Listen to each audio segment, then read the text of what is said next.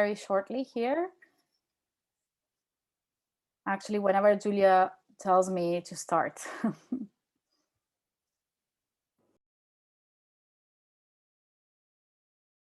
Good morning, everyone. This is Ilke Teuger here from Elcano Royal Institute, also a TEPSA board member. I think I cannot hide my disappointment that we are not all in Brussels right now and doing this conference in person, but still we are trying to do as good as it gets in an online format. Today we are starting with a panel where we will dive deep into the dynamics of differentiated integration and try to understand what different political actors think when it comes to the big concept of differentiated integration. So we have four great speakers who will talk us through the government perspective, the political parties perspective, the citizens perspective when it comes to differentiated integration. And then we have a veteran politician who will give us a more broader view on all these perspectives and introduce also the European Parliament's perspective, taking a closer look to this very important institution. First, before I introduce the speakers, first we have a couple of remarks to make for the Twitter gigs. We have the hashtag InDivEU to use throughout the panels, so feel free to tweet. And while doing so, it will be very much appreciated if you could also tag TEPSA. Secondly, all this project has been funded by the European Commission's European Union's Age 2020 research funding. So I would like to also express once again in the name of the entire consortium that we are very grateful for the funding. We at Elcano Royal Institute also organized a Spanish Stakeholders Forum. So I was personally participating in a national stakeholder forum as well, which was a very interesting experience. So without further ado, I would like to introduce shortly our panelists today, and then I will ask each of them one by one 3 questions. So we have more of a conversational setting here. So Stefan Telle from European University Institute, who is a research associate at the Robert Schuman Center for Advanced Studies. And as far as I know, he has been one of the core researchers of this consortium and this group. Secondly, we have, and from Stefan, we will hear about government's perspective when it comes to differentiated integration. Good morning, Stefan. Then secondly, we have Marta Lorimer from London School of Economics, and she has been a postdoctoral research associate in the same project, and she has a special interest on the normative foundations of differentiated integration in the European Union. And we will hear more about political parties' perspectives from Marta. Good morning, Marta. Thirdly, we have Catherine de Vries from Vrije Universiteit Amsterdam and University of Bocconi, where she is a Dean of Diversity and Inclusion. That's a cool title, eh, Catherine? And Professor of Political Science. I'm sure you all know her from her books and from her extensive research on public opinion, elections, and political parties. And I think she also counts as 1/4 Spanish, so we have that connection there as well. Good morning, Catherine. Good to see you. Good morning. Buenas. And last but not least, we have Richard Corbett from the European Parliament, as I already said, a veteran politician who has been a member of the European Parliament from 1996 to 2009, and again back in the House 2014 to 2020. And during that period, he was the coordinator for the Socialists and Democrats group on constitutional questions. So if you have questions on the Constitutional Treaty, Lisbon Treaty, and differentiated integration, we have the right man sitting with us today in this panel. Good morning, Richard. Good morning. So as I have already said, I will ask 3 questions each to our panelists. I will start with Stefan, and I would like to kindly ask that you don't take more than 5 minutes to answer each question. And as I said, we have a more conversational kind of dialogue here this morning. And in the meantime, please feel free to comment on the chat as the speakers speak, or ask questions as the speakers speak. And I will do my best in introducing your remarks also in the panel. Jim did a great job yesterday on commenting on speakers, so I hope at least him will be as included in the panel as yesterday. So Stefan, let's start with the preferences of governments. My first question to you is that what is the salience of differentiated integration in governmental discourses, mainly if the governments, the member state governments talk about differentiated integration, and on which occasions according to your research? Yes, good morning, everyone. Good morning, Ilke. Good morning, panelists, and good morning to the audience. Thank you very much for this opportunity to talk a little bit about the research we did in the InDivEU project. And given the considerable research interest in differentiated integration in recent years, you might think that DI is an issue of some importance to national governments. However, until recently, we did not know much about this question because the issue of salience has not been at the center of research on differentiated integration. And I think that one explanation for this omission is that researchers have understood differentiation as a tool which politicians use in specific situations to overcome gridlock in the European Union. And in this instrumental perspective, DI was not necessarily seen as something that governments would have a lot, would talk about a lot, unless they really had to talk about it. So we can ask, in which situations would they have to talk about differentiated integration? And in its function as a veto buster, DI is particularly relevant in moments of treaty change, enlargement, or major crises which require a rapid response, rapid common response by the European Union. And therefore, we would expect that debates about differentiation also cluster around such moments. And in addition, that they would have a rather pragmatic, policy-oriented and ad hoc character rather than a strategic nature, taking into account the long-term consequences of DI on the European Union.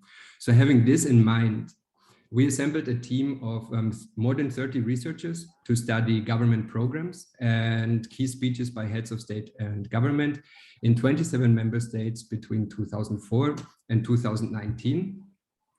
And what we found is that while European affairs commonly featured in these documents, sometimes quite prominently, DI hardly played a role there. What we found instead is that what we found often instead is pledges to be a reliable partner in a united union. So then we looked at parliamentary minutes to see whether DI is perhaps a more prominent feature of day-to-day politics. And as a measure for the salience of DI here, we used the frequency of certain keywords such as two-speed Europe, core Europe, variable geometry, or a la carte Europe. And the assumption here was, of course, that the more politicians talk about something, the more important it is to them. And our main insight, I would say, from this exercise is that DI was not a salient issue in most national parliaments for most of the time. And while we found that debates about DI were somewhat more pronounced in certain member states, such as Ireland, France, the Netherlands, but also Slovakia and the Czech Republic, the differences between member states were small, and we saw no obvious geographic patterns there. But what we did find is that attention to DI was indeed focused in years around treaty change, enlargements, and the Euro crisis, and especially in 2017, the year when the Commission released its white paper on the future of Europe. And arguably, this white paper was perhaps one of the first times that DI was really cast as a strategic choice in contrast to uniform integration as a scenario for the future of Europe. But as I said, the initiative came from the European Commission and not from the member states. And sure enough, the white paper did not lead to a more sustained interest in DI in national parliaments, as attention quickly dropped back again in the following years. So to conclude, overall, I think that these findings lend support to the notion that DI is indeed mainly seen as a tool for overcoming gridlock in the European Union, and which national politicians start to consider mainly when they run out of alternatives. Thank you. Actually, you already mentioned some of the differences between the positions of different member states. Actually, can you go a bit deeper on that part? What kind of geographical cleavages that we can see? What are the differences between the North and the South and the East, the newcomers, the old members? What can you tell us a bit more on the geographical differences inside the European Union? Yes, thank you. This is a great question. But so when we tried to establish government attitudes towards differentiated integration, we encountered two main difficulties, I would say. The first difficulty was, as I just mentioned, the low salience of DI in governmental documents and parliamentary records. And to be sure, governments do have policy-specific integration preferences, but how they think about abstract concepts such as two-speed Europe or core Europe was more difficult to establish. And in fact, we found so few references to DI that we were unable to distinguish positions of individual governments, and instead had to aggregate references for the entire period of investigation.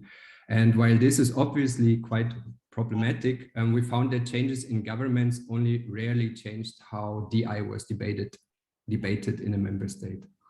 The second difficulty we encountered was that there are many different forms of differentiated integration. Differentiation can happen via opt-outs, enhanced cooperation, intergovernmental agreements, or external agreements, and it can involve a core Europe surrounded by a less integrated periphery, or it may denote a variable geometry of policy regimes with diverse membership. In our approach, however, we assumed that the most fundamental question is whether differentiation is a temporary or a permanent feature of the European Union.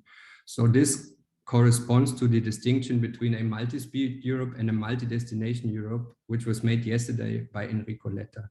In a multi-speed Europe, does not challenge the aspiration of an ever closer union, but it can rather be seen as a way to allow some member states to do more while others need more time to get ready. A multi-destination Europe, by contrast, questions the idea of an ever closer union and arguably increases the risk of fragmentation due to persistently high transaction costs and a long-term potential for politicians to exploit status differences between the member states for electoral gain.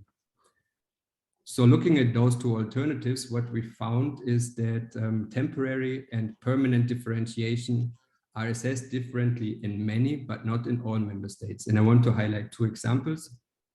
So in Germany, the idea of differentiated integration was seen quite negatively by German governments, as they have traditionally pursued a more inclusive approach to integration. By contrast, successive French governments have viewed the permanent differentiation or multi-destiny Europe as a potential means to move integration towards a more forward in a more ambitious core.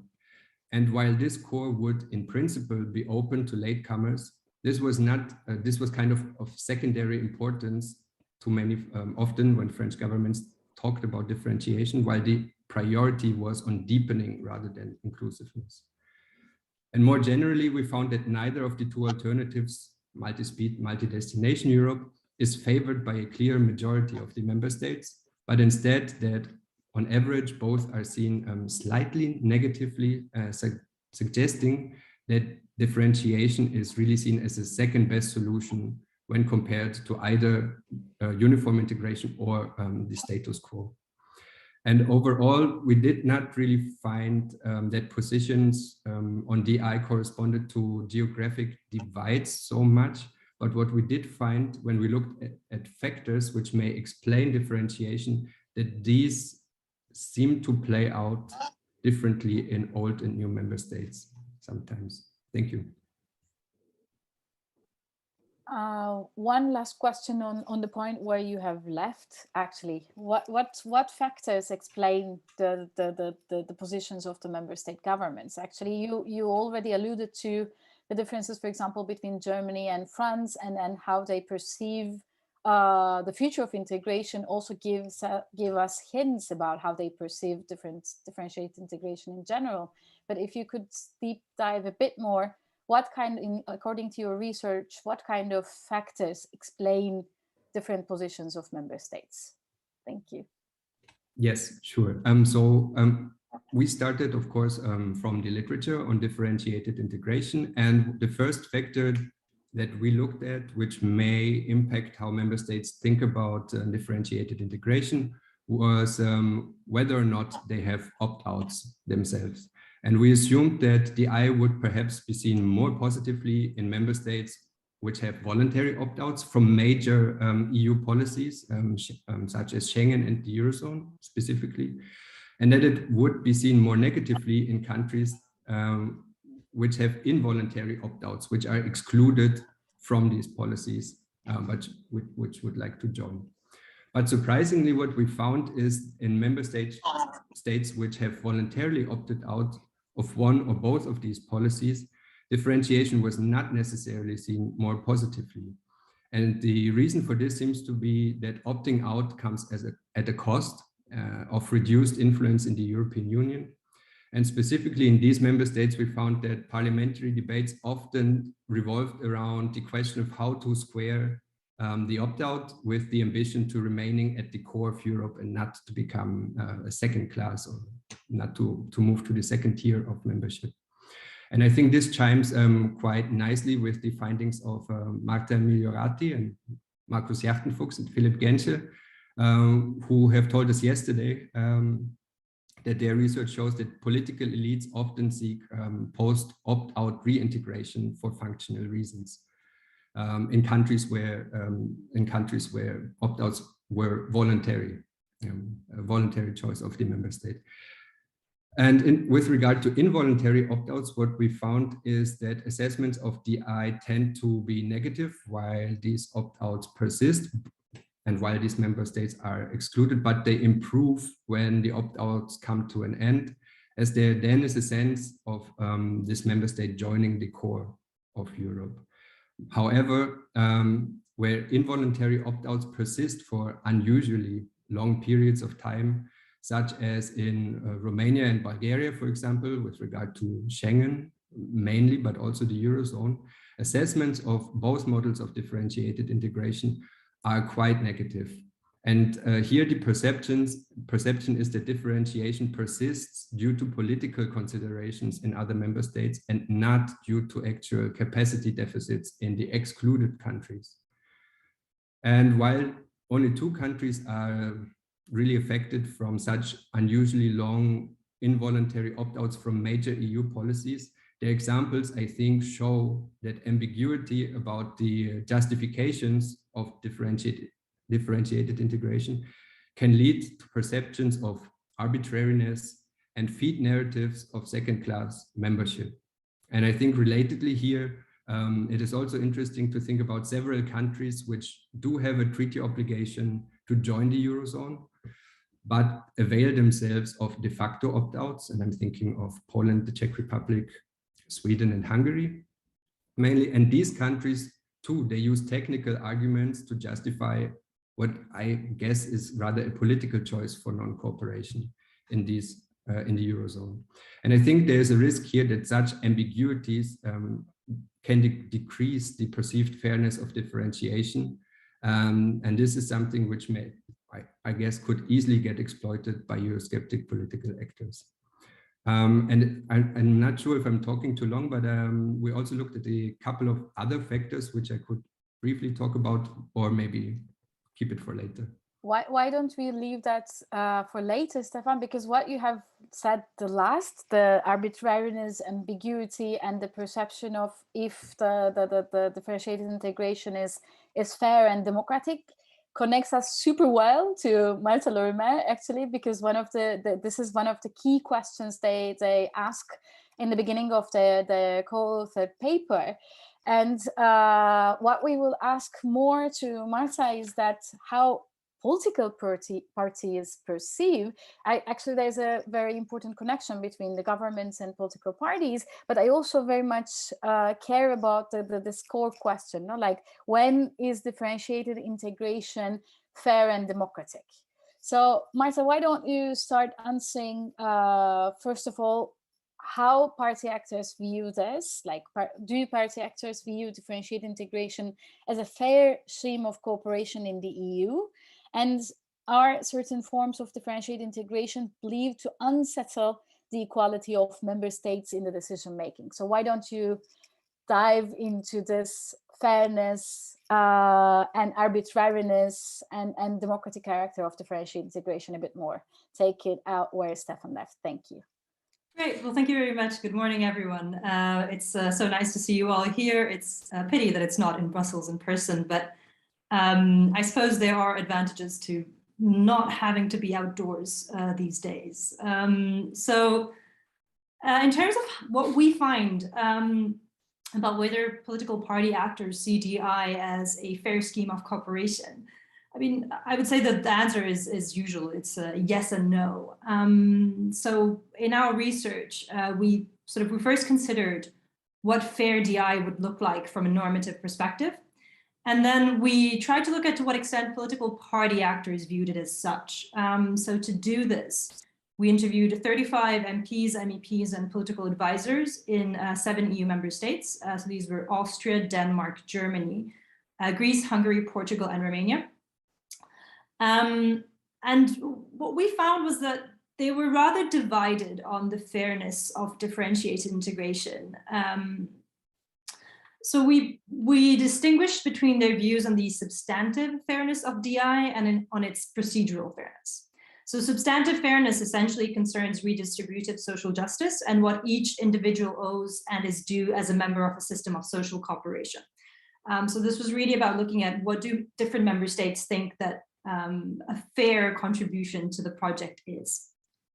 And we found that while many political party actors accepted that DI could ensure a more equitable distribution of the costs and benefits of European integration, for example, when joining a policy would be exceedingly costly for certain member states, many also worried about some member states using DI to free ride and avoid paying their fair share in common projects. In terms of procedural fairness, which really focused on fair participation within and the legitimate exercise of power by political institutions of the EU, we also found some fairly mixed views, in a sense that while some party actors thought that DI could really potentially enhance democracy because it responds to the diverse views and capacities of member states. However, others were also quite adamant that there should be some constraints to ensure that differentiated integration does not result in domination.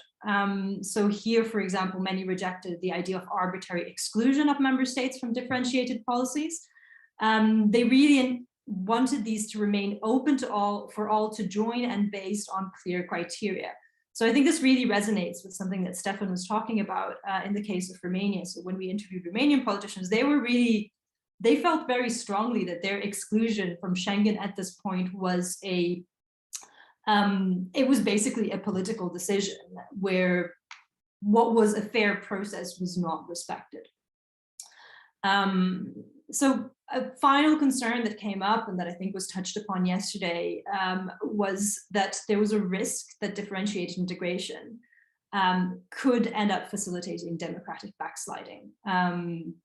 But it's also true that a large majority of our respondents thought that that is not how differentiated integration should be used, and that you could not have any form of DI in areas pertaining to Article 2. Okay, that's very interesting, and it's also important to underline over and over again, both Stefan and yourself, Martha, mentioned the arbitrariness of the decision of basically involuntary opt-outs kind of pisses the countries off. No, both the governments and the political parties are reacting rather negatively on that. I would like to follow up with a question that I also asked Stefan. Did you observe in your research any clear geographical cleavages when it comes to parties' positions on differentiated integration? What can you tell us about different member states' political parties when it comes to the DI? Thank you. Yeah, so we did actually notice a geographical cleavage in views of DI. So in particular, what we noticed was that respondents from wealthier and usually older member states tended to be more favorable to DI than respondents from poorer and usually newer member states. And the reasons for this seem to be that respondents from richer member states usually saw differentiated integration as something that allowed opt-outs for those who were unwilling or unable to integrate, but also made it possible for those who wanted to go forward to do so. So in a way, it was one way to sort of continue with integration while sort of catering to the diversity, I suppose, of the European Union. Now, respondents from poorer and usually newer member states were much more skeptical about differentiated integration. So while they occasionally did acknowledge that they had benefited from certain exemptions, especially for the newer member states when they joined, they were also extremely concerned that DI would lead to them being excluded and relegated to a second-class status, because this had to some extent been their experience.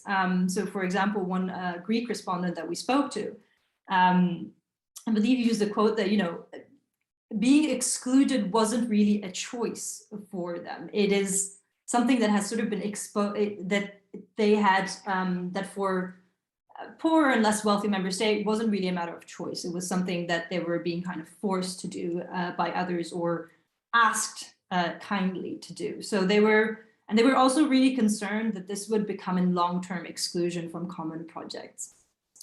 Another thing that we found, and I think this actually resonates also with what Stefan said, is that experience of DI also seemed to play a role in that respondents whose countries had not been exempted or excluded from certain policies were more likely to support DI than those whose countries had had a direct experience of DI.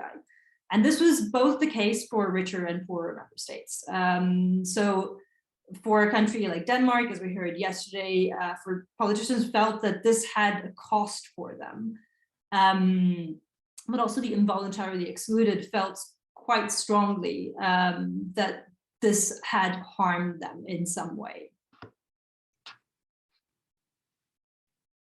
This is definitely very interesting. And since we are talking about political parties, I also want to ask you how the traditional left-right cleavage, and this would definitely connect well to Catherine afterwards, and pro-EU, anti-EU, pro-European integration, anti-European integration cleavage play out when it comes to political parties' positions on differentiated integration. Yeah, so while we were doing this research, we really tried to think about, okay, how might we expect these factors to play into their responses? Should we expect to actually see political parties position on the left-right cleavage or on the pro or anti-EU axis determine their position on differentiated integration? And we actually found it extremely difficult to come up with any kind of expectations. Because, for example, we might be tempted to equate support for European integration with support for DI, but this would be quite a misleading move, because pro-integration parties, for example, may see DI as a threat to the unity of the European project and oppose it on those grounds. But they might also see it as a pragmatic way to overcome resistance to further integration. Conversely, Eurosceptics may view DI as an appealing option because it gives them a way to sort of opt out of unwanted integration and protect national sovereignty.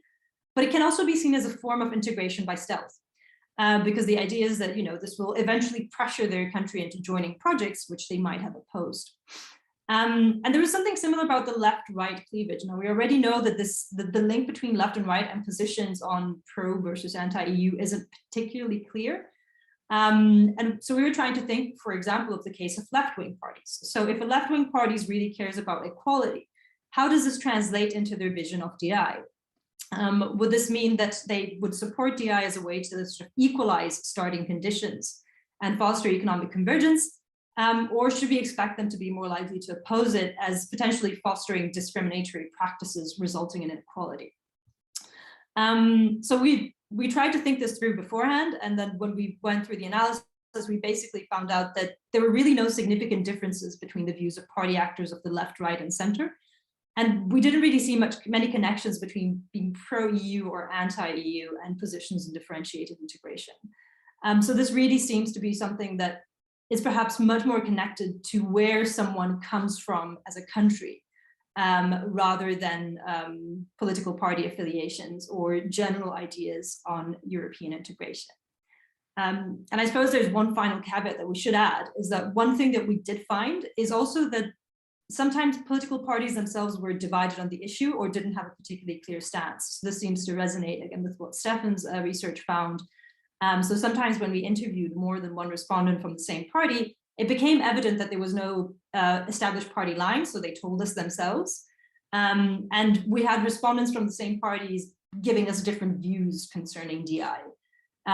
So this does suggest that quite frequently, because there's no party line, there's really nothing that they can draw upon ideologically to answer these questions. Okay, thank you also for the last remark. It's very interesting to hear that different actors inside the same political party also perceive the issue differently. I also assume while I was listening to you that sometimes maybe if you directly ask one policy area where there will be an opt-out, etc., they might have stronger positions, but maybe when you ask more theoretically on the possibility of a differentiated integration, etc., they have less knowledge and less certain opinions. At least that's what I thought.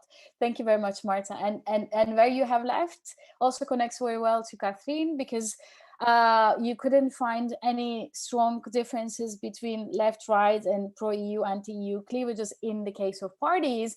But let's check what the citizens view when it comes to differentiated integration.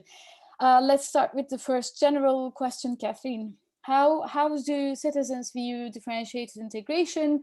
Who is in favor and why? Yeah, thank you very much, Ilke, for the introduction. Also great to see the others here. Stefan and I work together also on some papers, so it's really nice to see this roundup. And yeah, also I would have preferred to do this in Brussels, and hope that all of you and your families are well.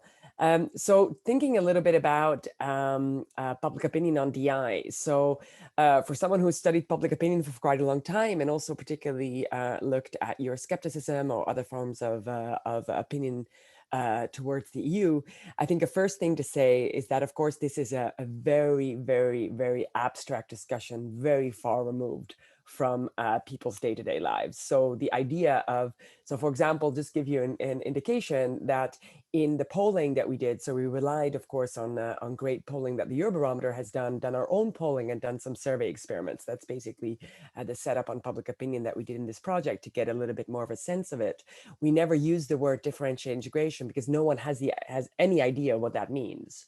So also things like multi-speeds, multiple ends, opt-outs, you have to explain a lot of this to voters, right? So, or to the public in general. So you often give a kind of a vignette explaining a certain situation and then try to capture that. So that's just a caveat, right? On the sense that it's not so easy to get people's opinions on this. And this probably also relates to what Stefan was saying before, that this has been more an instrumental tool that's used in order to think of accommodating certain member states when they think about the original opt-outs towards Denmark, when there's been a particular issue concerning a treaty, or having a discussion about, well, are there such asymmetries or structural imbalances within the EU that we might not be able, either on the fiscal side or whatever side, to reach an agreement, and therefore we should opt for things like enhanced cooperation or something like that. But those are, like very, very abstract discussions. If we then do think that we are able to really, Jim has a question. Sorry, I said it in the chat, and I will come back to that. If we really want to kind of get an idea of how that works over time, so the UN Barometer, there's been questions about this. Ultimately, it's often about, should member states be allowed to integrate at different speeds? That's a type of question. So a multiple speed idea, or the idea that a member state could, agree to a certain step of integration while another one stays behind, right? So, and might get an exception. So what you see basically is that at least across time, when it comes to multi-speed, especially, that the number of don't knows, so people are able to say, I don't know what I think about this question, has substantially reduced. And interestingly also, it has reduced, especially since there's been, the work that Stefan and his team has done around issues when differentiated integration also became more of an issue or gained more salience in government discussion. So there is some idea that there might be a little bit of a top-down discussion, that people might not know so much about it and are looking to the political parties. So in some ways, it's we find slightly different things than Marta, in the sense that I think it is very structured at the voter end by who you support, what that party is saying on differentiated integration or on European integration more generally, and quite structured by both pro or anti-EU, as well as kind of more left-right, if we think that that's the, two dimensions of a dimension that's more about state intervention in the economy, or in the EU terms, more coordination by the EU, policy coordination of the EU versus more market, or a second dimension, which is, do we do more together or less together, i.e. more sovereigntist versus more pro-EU. So we do see this kind of structure in people's opinions, and what you then see is actually quite interesting, and it might actually link up with the idea that some people have said early in the panel, that it might be structured by your nationality. But I wonder if your nationality also is kind of capturing the extent to which a country is more pro or anti-EU. Let's take a Dutch example, pragmatic pro-Europeans, right? That as long as it is an self-interested element that comes up. So you see that also in the way that the public views that. So multiple speeds is actually, I think, something that on average you see very much supported by quite pro-EU citizens, that I think about it in the way that also our data on how the Spanish government sees multi-speed European integration as a way to, well, if we can't do anything else, then maybe that's what we should do in order to kind of safeguard the EU, versus a more Eurosceptic stance. Of course, this is all on average, right? That is more Eurosceptic citizens that are more supportive of opt-outs. And I think if you wanted to think about this ideologically, I think it makes sense, or philosophically, I think it makes sense, in the sense that people do understand that maybe this idea of full-on integration and the train that moves forward is difficult to achieve with heterogeneity of member states. That's also what we see if we have open questions, that voters are aware of that. So then the pro-EU citizens think, well, then we go on some form of multiple speeds to keep the integration of parts and to keep the EU moving forward.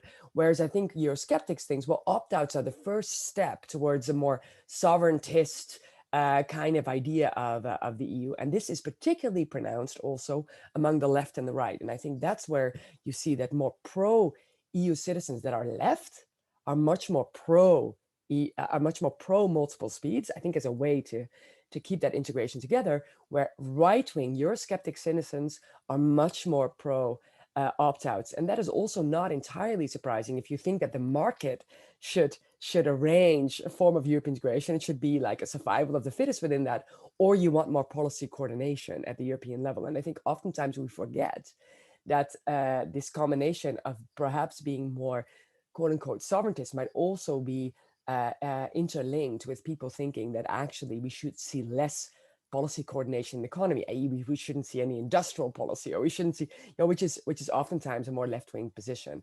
So I think, just to kind of summarize, you do see that ideology shapes differentiated integration opinions. People know more about it than they did in the past. So, and that I think comes with a slight increase in salience of this particular discussion.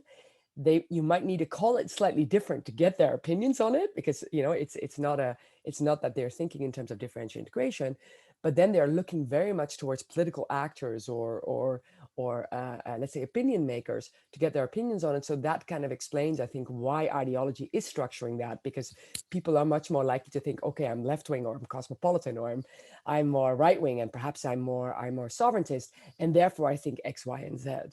And if the, from that you maybe could derive an expectation that if differentiated integration becomes more part and parcel of debate, that people might start to have some more independent discussions of that. But I think so far we see very much a top-down view of voters and citizens forming opinions about it, but very much in line with those kind of political parties that they trust or they might vote for. Actually, what you have said is very interesting, because if you are a pro-European leftist and you are pro-multi-speed Europe, you are pro-differentiated integration. And if you're a right-wing and you are pro-opt-outs because you want to stay out of things that you don't like, you are still pro-differentiated integration. So for different reasons, for one way or the other, you are still supporting differentiated integration. Can you a bit dive more into the geographical cleavages when it comes to citizens' perceptions? We have already asked this to Stefan and Marta, and I'm sure it will match well their perceptions when we were talking about governments and parties. Yeah, so I do think that you see, two things that also Marta and Stefan refer to. So one is that there are geographical differences. So thinking about countries that are less favorable of forms of differentiated integration when it comes to levels. So we're not talking about how it gets structured, but just how much of it, if on a scale from 1 to 100%, how much in favor are you?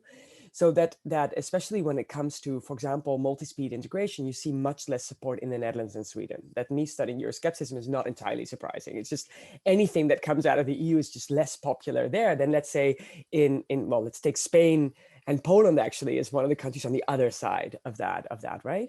But then opt-outs, that flips. So actually opt-out support is much more supported in like Sweden and the Netherlands, much less in Spain and Poland. I could take other examples of countries, but I'm just doing it because those are kind of your prototype, more wary EU citizens on average in a population and that. But I think it is very difficult to do a lot with location. I understand that that's how we think in terms of governments.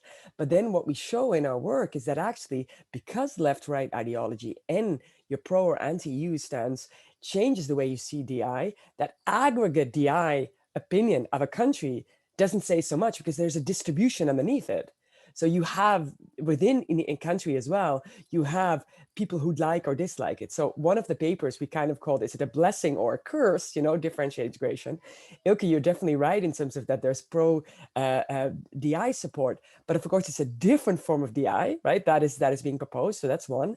And secondly, that even if you wanted to use DI in this instrumental way to get over treaty, to get over gridlock, as Stefan was referring to it, or as a kind of a gridlock buster to try to get through negotiations, you might be able to appease a certain government at that moment in time. But if another government would get a majority in the country, it might look very differently because you see a lot of politicization within the country. So not specifically about the I, but you see a lot of politicization about how should we move forward in the EU within countries, right? And that has become part and parcel of, let's say more progressive forces that want more integration, that think that, cross-border problems like environment and immigration should be tackled at the quote unquote efficient and functional form of government, which would be more, let's say, green, new left type of parties, versus those that are more wary of integration on the more sovereigntist right end, that think, no, we should actually be kind of a Staatenbund, and we should, reform the EU to our favor, and opt-outs would be one way to do that, right? So I think that the issue of dealing with, so I know it's been very strongly advocated as, differentiate, even including myself, my last chapter of my book on Euroscepticism, as a way to overcome geographical differences. I've become a bit more wary of that now, looking more deeper into publics, where you do see that actually there's a lot of variation within countries about how they think. So you might solve it, let's say, for the Eurosceptics, but then you get actually the more pro-EU citizens in a country being more upset by the results. So in that way, I think it's a much more tricky instrument for governments. And it also raises maybe the issues that we've talked about before, that if you have an opt-out in one end, or you give a form of differentiation in one end, it might actually in the long term create issues again. It creates some form of instability in the kind of current equilibrium that needs to be addressed, which is probably the traditional kind of more German government position, that it just opens up for a lot of issues in the long term. And I think that some of it you do see in in the public, with the caveat that, of course, people are not as informed about DI as government officials or politicians would be. Actually, one of my conclusions from what you have said is that we should be quite careful if we are supporting differentiated integration in general, because in the long term, with a government change, that then we can find the country asking for lots of opt-outs, thinking that the differentiated integration has been a promoted concept in general. So it's as you have said, it might not be the best tool to overcome your skepticism in the long run. You have already answered my questions also on the left-right cleavages. I can shortly ask you on your perception of how these preferences evolved over time when the integration went further. But very shortly, because I also want to get in Richard to see how he has been perceiving all these comments from the scholars as a politician. Catherine. Yeah, exactly. I can do it very shortly. So as I said, I think the main element of over time development is that people have more crystallized opinions about DI than they had before, which probably, if we think about it, it being a more top-down process, that when politicians start talking about it more, it's more, it becomes more of an issue. On the other hand, what you also see is some of the concerns that were raised by others, and links to your final thing, that would be the final thing I'd say, is that, you know, this issue of, is DI the kind of solution to that? I also see that across time, some member states, when we've done some experiments, when you get them, they are very concerned about who decides about DI. So i.e. that there's an institutional structure, and the idea that, for example, it will be a small group of richer member states that decide where to go, that is perceived as very kind of quote unquote unfair. So there, I think the issue of where DI might come forward is that it should not be something where you get a two-class citizenship. That's what we, or two-class membership. That's where we see also where a lot of public across time, when we later on did our experiments, also a bit more wary about that. So people know more, but they're also then, you know, when you know more, you maybe have also more expectations about how it should look like, especially about, you know, who should be in charge, how should we organize, on which policy areas should it be the case. So I think that's the last thing I wanted to say. Thank you. Thank you very much. And Richard, after these very scholarly interventions based on solid research, what is your reaction? Could you please a bit comment on the main findings of our colleagues here? Thank you.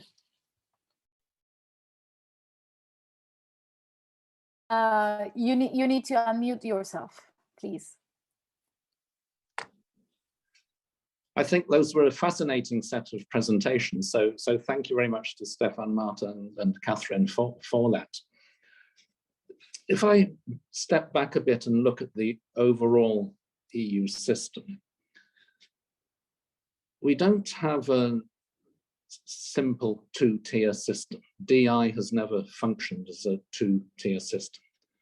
We don't have a group of countries that have gone ahead of another group of countries in all fields.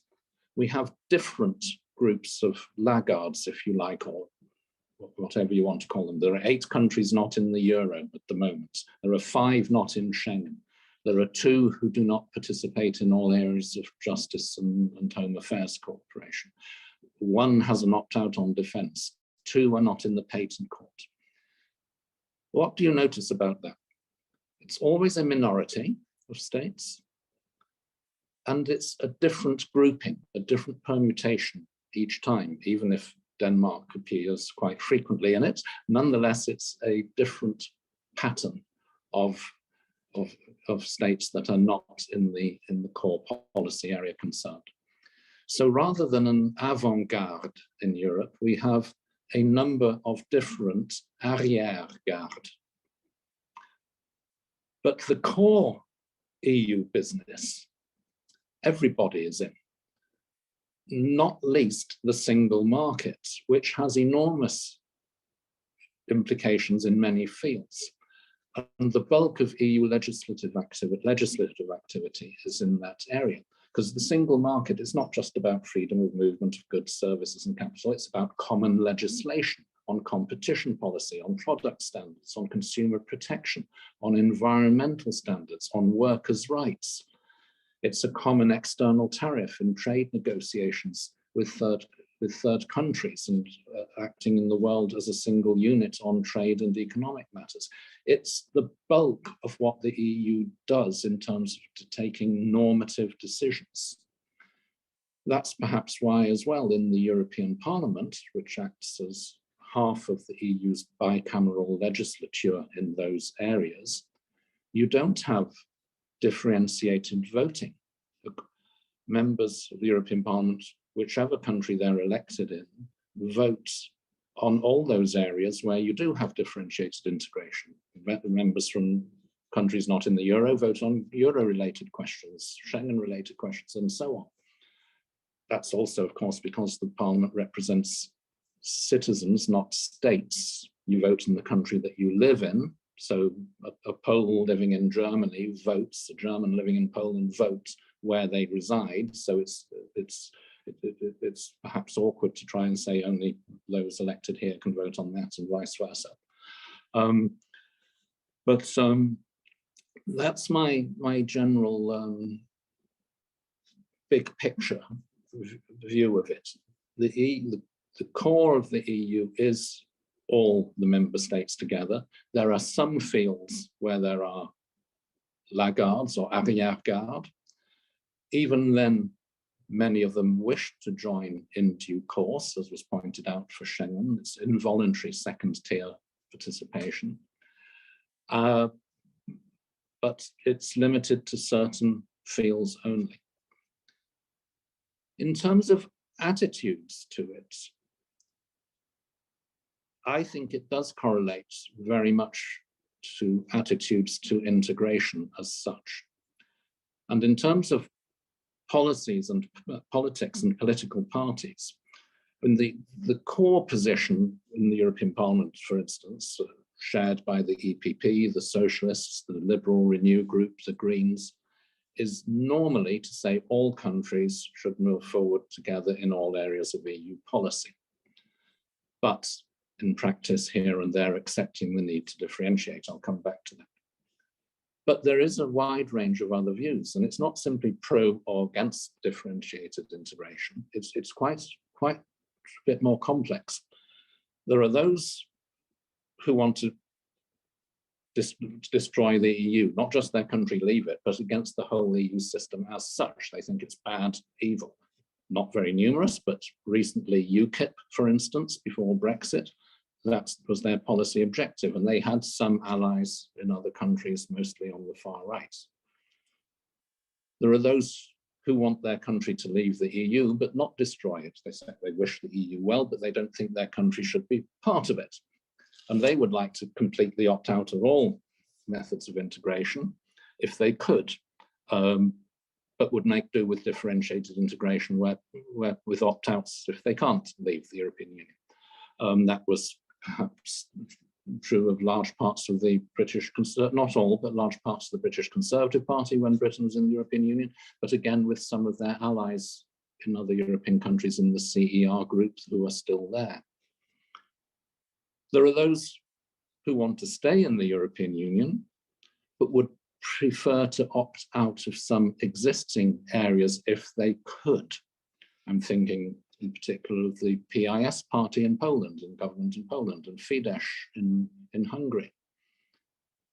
There are those who would like to stay in the European Union as it is, but perhaps not go any further and would opt out of any further developments in, for instance, the field of defense or security or perhaps certain other areas. And then there's the converse of that, the mirror image, which is those who want to go further would like everybody to come along. But if that's not happening because one or two or three countries are opposed to it, then they would prefer to go ahead without those two or three countries, either by agreement, an amicable settlement that the bulk go ahead, but there are further opt-outs. That's happened a number of times in EU history, or even without agreement. Let's not forget the fiscal compacts the United Kingdom blocked from being part of the EU treaties. the others turned around and said, right, we'll go ahead without you. We'll sign a separate treaty by ourselves. You can go right back historically when the Six created the coal and steel community. They were saying in the wider Council of Europe framework, which in those days was the new big thing in Europe, it was the first time anything like that had been done in Europe. It wasn't the sort of backwater it is now. That was the big new innovative thing. Those that wanted to go further couldn't within that framework, created a new framework, just 6 of them, without the others, and then many others joined in later. So the core of why you have different attitudes to differentiated integration usually comes back to your attitude to integration as such, and the political compromises or gymnastics sometimes that have been necessary to allow these different views to coexist, or sometimes to break with each other and create a rupture. So those are my views on this matter. Actually, that's very interesting, and also in general answered my second question on different groups' perceptions in the European Parliament. Now, you already said, like, depending on where the group stands, if destroy the EU and leave, don't destroy the EU but still leave, stay but try to opt out in different policy areas, etc., etc. Depending on where they stand on European integration, their positions on differentiated integration also change. I was wondering if you could give us more sectorial examples and connecting these examples to the political groups. Like, what kind of political groups are looking for what kind of opt-outs? And while they're okay with advancing one area of integration, they are against to another one. So a bit more sectorial difference and issue-based differences when it comes to differentiated integration in political groups in the European Parliament, if you can. Yeah, well, I think I perhaps jumped the gun earlier and answered already your second question to a degree.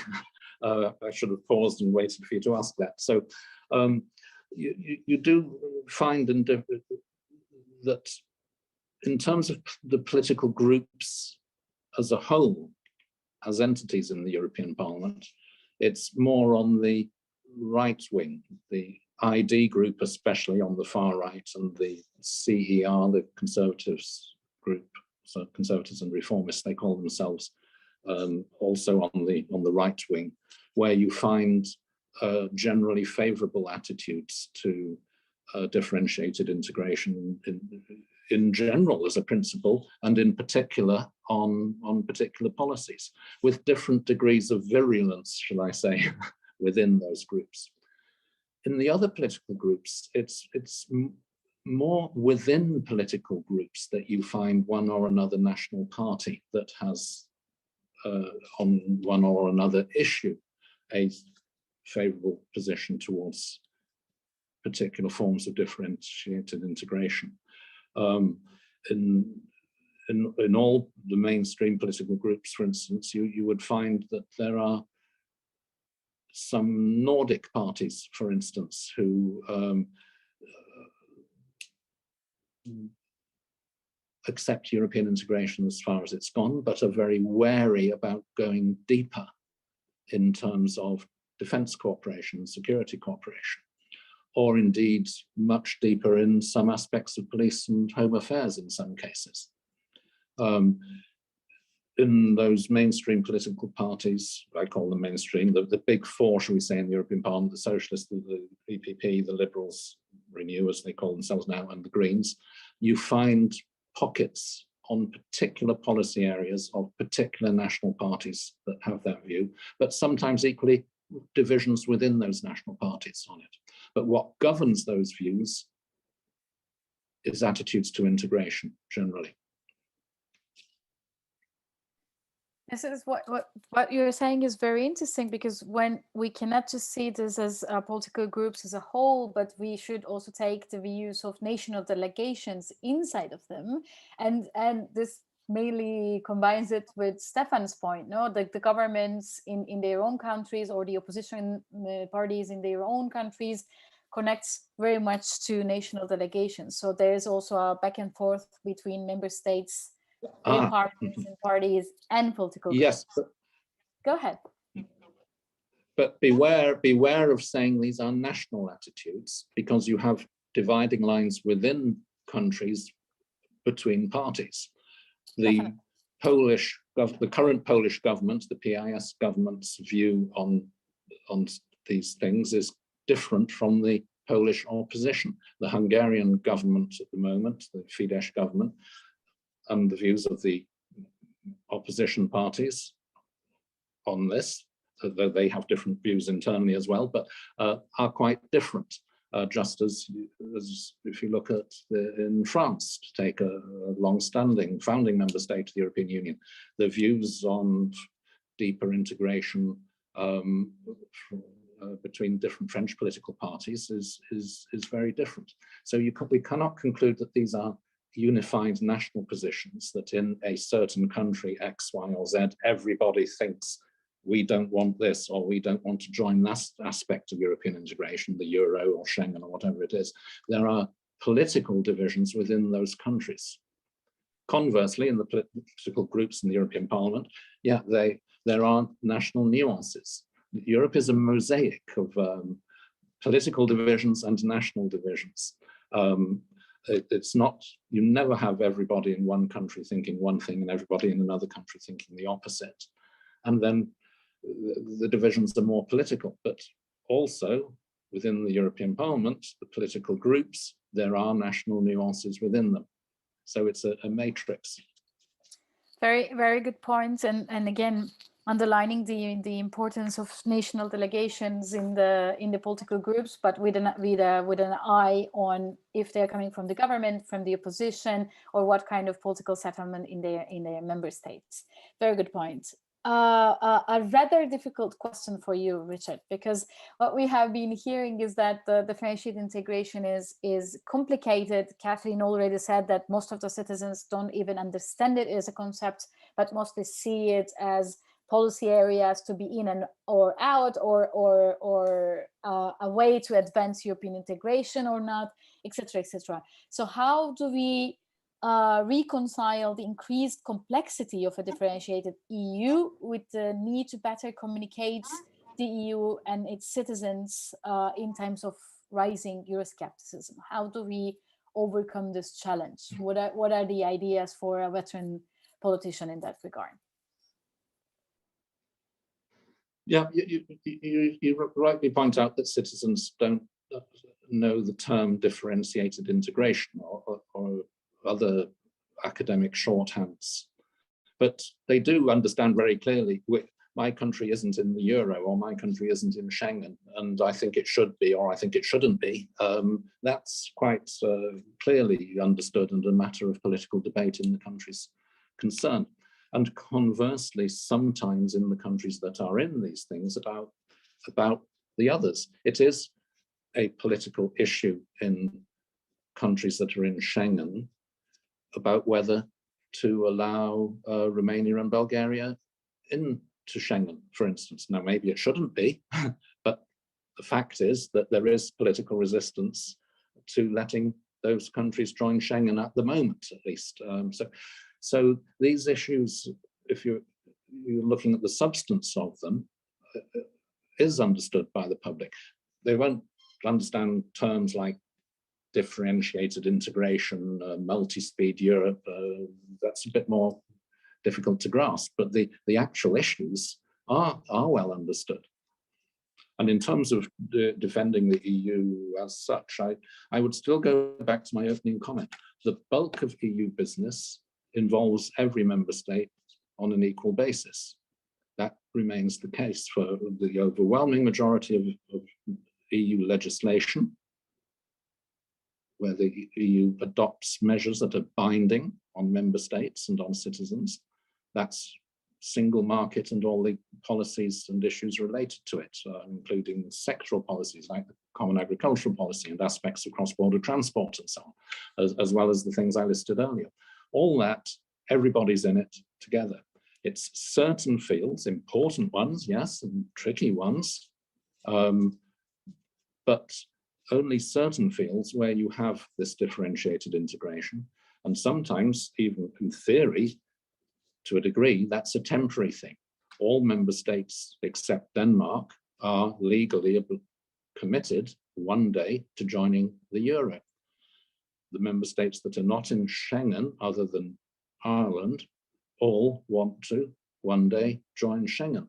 So to a degree, perhaps this is not a permanent feature, or sorry, the aspects of it that are permanent are much more limited than the numbers currently suggest, would be a better way of putting it. Definitely very interesting, and it's personally it's good to know that citizens mainly know the differences between these core issues, even if they don't understand the academic concepts we name them.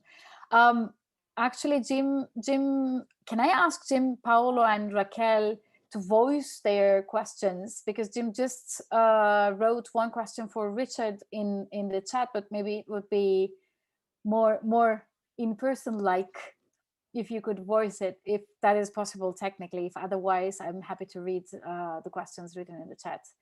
Jim, is it possible that you connect to the conversation?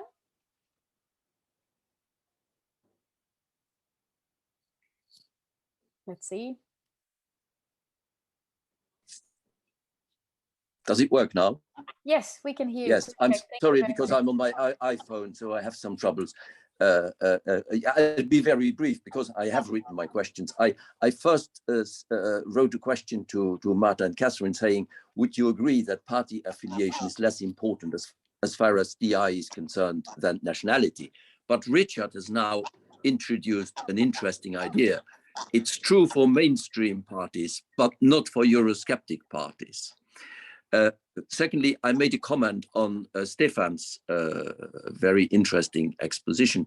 It is true that governments look at this as a practical tool, and all the attempts at constructing a core Europe, like Schäuble-Lamos in the 90s, have failed. And even the French have not managed to transform the euro area into a core. And that is why he's absolutely right. That does not mean that differentiated integration is not important. It is very important. But it is a practical tool. And my last remark is, the point was made yesterday, someone said about the fear of being left out. That was what dominated the drafting of the text at the Amsterdam Treaty when DI was integrated into the treaty. It was very much dominated by the fear of misuse of differentiated integration and of excluding countries. So that's basically what I want to say. Thank you, but a very interesting debate. Thank you. Thank you very much, Jim. I will also try to get the other questions so we can group them. Can I ask Paolo and then Raquel to voice their questions as well? Is this possible?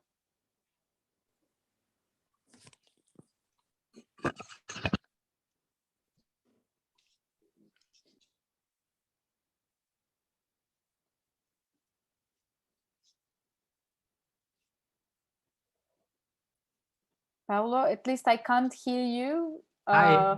Hi, perfect. Can you hear me? Sorry. Yes, go ahead. I just wanted to ask you, Catherine, do you feel that there is a overall mismatch in the overall understanding of differentiated integration between academics and citizens?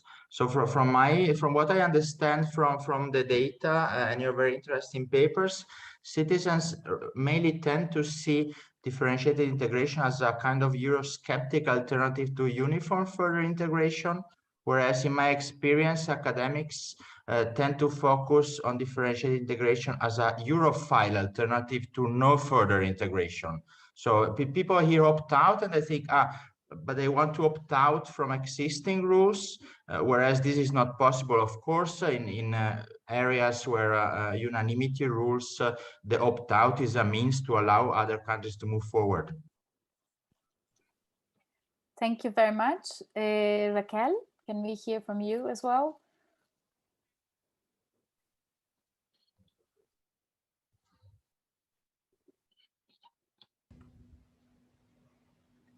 Yes, I think you can hear me now. Yes, perfect. So thank you very much for your presentation. I'm an academic assistant at the College of Europe, and I've studied the EPPO for an MA thesis, so this is where my question comes from. But I was wondering, what do opposition parties use the I for if they ever talk about it? Do they use it for arguing for opt-outs if they gain power, or would they argue for reintegration if they ever become part of the governing coalition, or maybe they don't use it for campaigns at all? But the case of the EPPO and the Netherlands seems to be an indication of perhaps a change in the governing coalition meant the overturning the decision to not participate in the EPPO. So I wonder if there's anything to this, or it's just an exception. Thank you very much. I will also put two more questions on the table and then give in the participants the reverse order answer chance. The first one was actually where Stefan left on what other factors explain the positions of the member states, and also a short question to Marta. Marta, could you please a bit elaborate more on this concept and the impact on democracy? So, like, what are the positions of political parties or the discourses when it comes to establishing the relationship between democracy and differentiated integration? Okay, Richard, let's start with you, if it's okay, in the reverse order, and you have already directed questions directly to you. The floor is yours. Yes, I wasn't quite sure which ones were directed at me, but rather than somebody else. But let me pick up on Jim's point about the fear of being left out. At key moments in the development of the EU, where new policies, new fields were being added on, which not all member states were keen on, there was that creative tension. Let's think about the creation of the euro. There were 2-3 countries that clearly didn't want to, at that point anyway, join in a single currency. It would have been possible for the others to say, you can't, well, I think that did happen to a degree, you cannot stop us. If necessary, we would make a separate treaty among ourselves, though we would prefer to do it in the EU framework. And the countries that were opposed to it accepted that it be done in the EU framework because they didn't want to allow another completely different framework where they had no involvement in whatsoever being set up. There was that creative tension, and the result was opt-outs for 2 countries at the time from joining the euro. Schengen came about in a different way. That was an avant-garde that pioneered it, Benelux, France, and Germany, and gradually more countries joined in, and then it was brought into the treaty, accepted that it be part of the treaty by all, but 3 countries, sorry, well, they're different permutation countries, the UK and Ireland, mainly because they're islands, by the way. It wasn't necessarily an ideological opposition, although many people have analysed it that way, I think wrongly. Decided that they wouldn't like to join it, but they allowed it to be brought into the EU. So it came about in a completely different way. But each time it's been this creative tension with those that are not keen on it, nonetheless accepting that it be done in the EU framework, rather than risk some new system being set up without them, which they had no involvement in whatsoever. Very, very interesting and historical comment, actually, and thank you very much for putting that on the table. Catherine.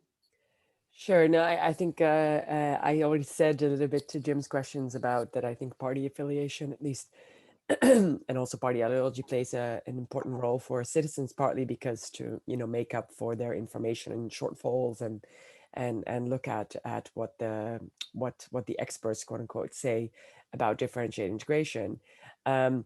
That said, I think it might differ, was one of the last points, it might differ about when it comes to party identifiers. So what a lot of work, also some of the past work has shown that there's much more consistent voting based on the EU, or the part of the appeal of voting for, let's say, very pro-EU parties, or new left, centrist, cosmopolitan parties, or more anti-EU parties. That's much more shaped on EU consideration, where voting for a lot of mainstream parties is not. And you see a lot of differentiations in European parliamentary elections, where voters who nationally would vote for their mainstream party are now voting for much more Eurosceptic or much more pro-EU stance.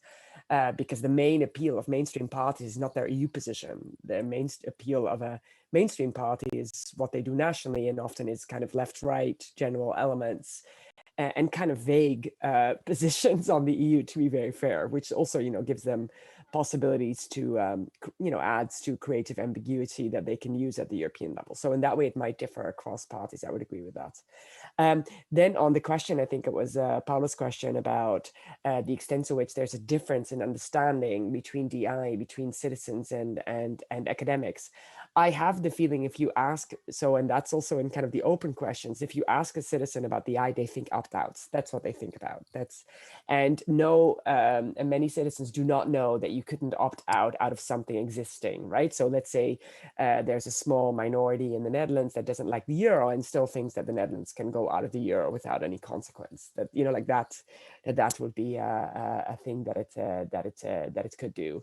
So in that way, I do think that there is a lot of differences between kind of the legal provisions. To be fair, I was part of a committee for the Dutch Finance Ministry about thinking about the EU's European future. And then when I was talking to some of the people, actually, Dutch parliamentarians, they were not entirely clear about what legally could be done, right? So I think that people might be experts on their own national constitutions, but less so within the EU. That might be a Dutch example. I'm not sure that that's the case in every country. You would have to talk to the specialists of the parties. And that's maybe also an opinion sharing. So I do think that this opt-outs thing is very clear. It also comes from the fact that those have been the most salient things within the news. Like those have been the discussion that have been discussed. Also, when Brexit is discussed, it's often, oh, why is Britain doing this? Because it already got opt-outs in X, Y, and Z, right? So it already had a very differentiated relationship with the EU. So in that way, I think people often understand it within opt-outs.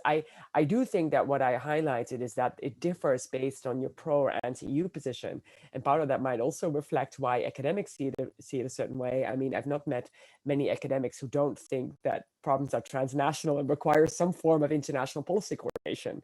May they be European or not. So, it might be not that everybody is a pro-EU person on the basis and thinks it's all amazing what the EU does. No, we're equally critical about our national systems than we are about the EU. But I think the idea that one should not have forms of policy coordination to deal with, key challenges when it comes to economic stability, the environment, migration, etc., is very prevailed within academics. So I think that's probably can explain how they see differentiated integration as a way to safeguard the possibility for a set of European countries to still tackle these issues together with some wider range of external differentiated member states / former member states, not member states around it, right? So I think that might be explaining it, but I think the key indication that you have is indeed that what is the most salient in people's heads is opt-outs, but that's not, that's only one particular form of differentiated integration. So the idea of,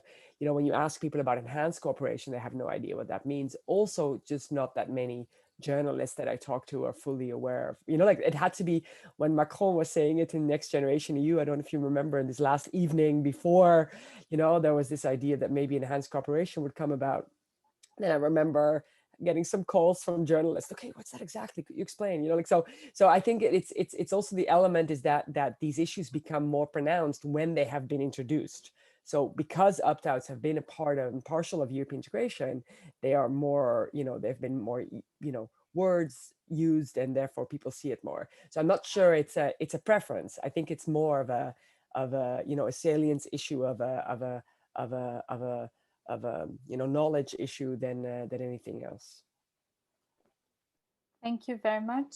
Very, very interesting remarks, and also underlining the differences between citizens and academics and their concepts and how they are not necessarily used so much in the national context unless a politician picks it up. Marta, what do you have to say? Great. Well, great questions, and I hope I can do them justice. So I perhaps starting with Raquel, because I think it's really interesting that you mentioned the EPPO. So generally speaking, we didn't really notice much of the difference in terms of sort of opposition parties versus governing parties. But in the case of the EPPO in Hungary, that was heavily discussed. Like a lot of the Hungarian interviewees that we spoke with who were not from Fidesz really said that they felt strongly that the EPPO should be a European policy and not an enhanced cooperation. And they linked this to the issue of corruption, democratic backsliding in their country. So in a way, they really politicized differentiated integration kind of against their government in this case. So it was a really, really interesting dynamic for us to observe there. In terms of the question on Jim's question on national experience, I mean, the reason we say that national experience matters is not just because we've kind of looked at, okay, how many politicians from which countries said this, but also because we looked at the way in which they explained their position on DI, right? So this was there was a lot of interpretive work going on. And whenever they spoke about differentiated integration, it was very clear that the examples they brought up to justify their positions or the way in which they thought about differentiated integration had so much to do with their own national experiences of it. Which is why we sort of bring together the idea of national experience and sort of national belonging, which doesn't mean that their pro versus anti-EU stance doesn't matter, mind you. And this is also something that came up. But what was particular about the pro versus anti-EU position is that it could go in both directions very easily. So sometimes we spoke to pro-EU actors who were telling us, well, I think that this is, it's fine, it's a pragmatic solution, it's a second best solution, which allows us to go forward. And other pro-EU actors that said, this is the beginning of disintegration. Because the moment you allow people to go ahead in different directions, then it's just going to end very, very poorly. And a lot of the people saying this were people in member states that were very concerned about being left out.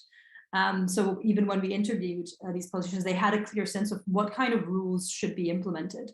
Many of those are the ones that actually already exist to make sure that differentiated integration does not result in having A and B citizens, which I think links up to Ilke's question about what is the democratic impact of DI. And here, we found sort of a small minority of the people that we interviewed thought that DI was potentially positive for democracy, because there's an agreement that you shouldn't force a country to do something that they feel very, very strongly that this should not be done. So you can end up sort of forcing measures on someone which people agreed was not particularly good. But we also did find a sizable minority that was very, very concerned about the effects on things like equality or solidarity. So the moment that someone is no longer taking part in decisions, they can be affected by say, an enhanced cooperation that they don't participate in and have no say in. So again, we did find, well, sort of when we started the project, we were fairly optimistic, I'd say, about the normative desirability of differentiated integration. We had to revise some of our expectations to some extent after speaking to those who take decisions on this, because we saw some pushback in terms of some of the things that we observed. Thank you very much. It's also great to hear that with further research on differentiated integration, we can update some of our expectations and understand better what citizens' parties and governments think about it. I think this is a quite positive conclusion in itself as well. Stefan, last but not least, all what we have left from your presentation, the factors and everything else you would like to say. The floor is yours. Yes, thank you. I think I would actually indeed pick the question on the other factors that we looked at, and those we took from the literature on explaining policy-specific integration preferences. So we just took that literature, which focuses on the size of member states, the wealth of member states, and the identity of the citizens of member states. So whether or not they identify exclusively, or to what degree they identify exclusively with their own nation, or also have a report that they have a European identity. So those factors are in the literature on the eye used to explain differences in policy-specific integration preferences. But what we did was to see if they also may have an effect on how politicians think about these more abstract models of, on the one hand, temporary differentiation, and on the other hand, permanent or potentially permanent differentiation. And I want to say that doing so, we have relied on data that is quite sparse. So as I said, salience of the eye was quite low. And what we managed, or what we did, was to formulate basically one data point for each member state on those two models. So we have quite sparse data, but what we found is that it looks like that actually smaller and more pro-European member states view temporary differentiation, two-speed Europe, quite positively, more positively than larger and more national member states. And that this is the case in both old and new member states. But then when we look at the permanent or potentially permanent differentiation, what we find is that larger and more national old member states view this type of differentiation tentatively more positively than smaller and more European member states. But this only in this case applies to the old member states. And so a tentative conclusion we drew from this is that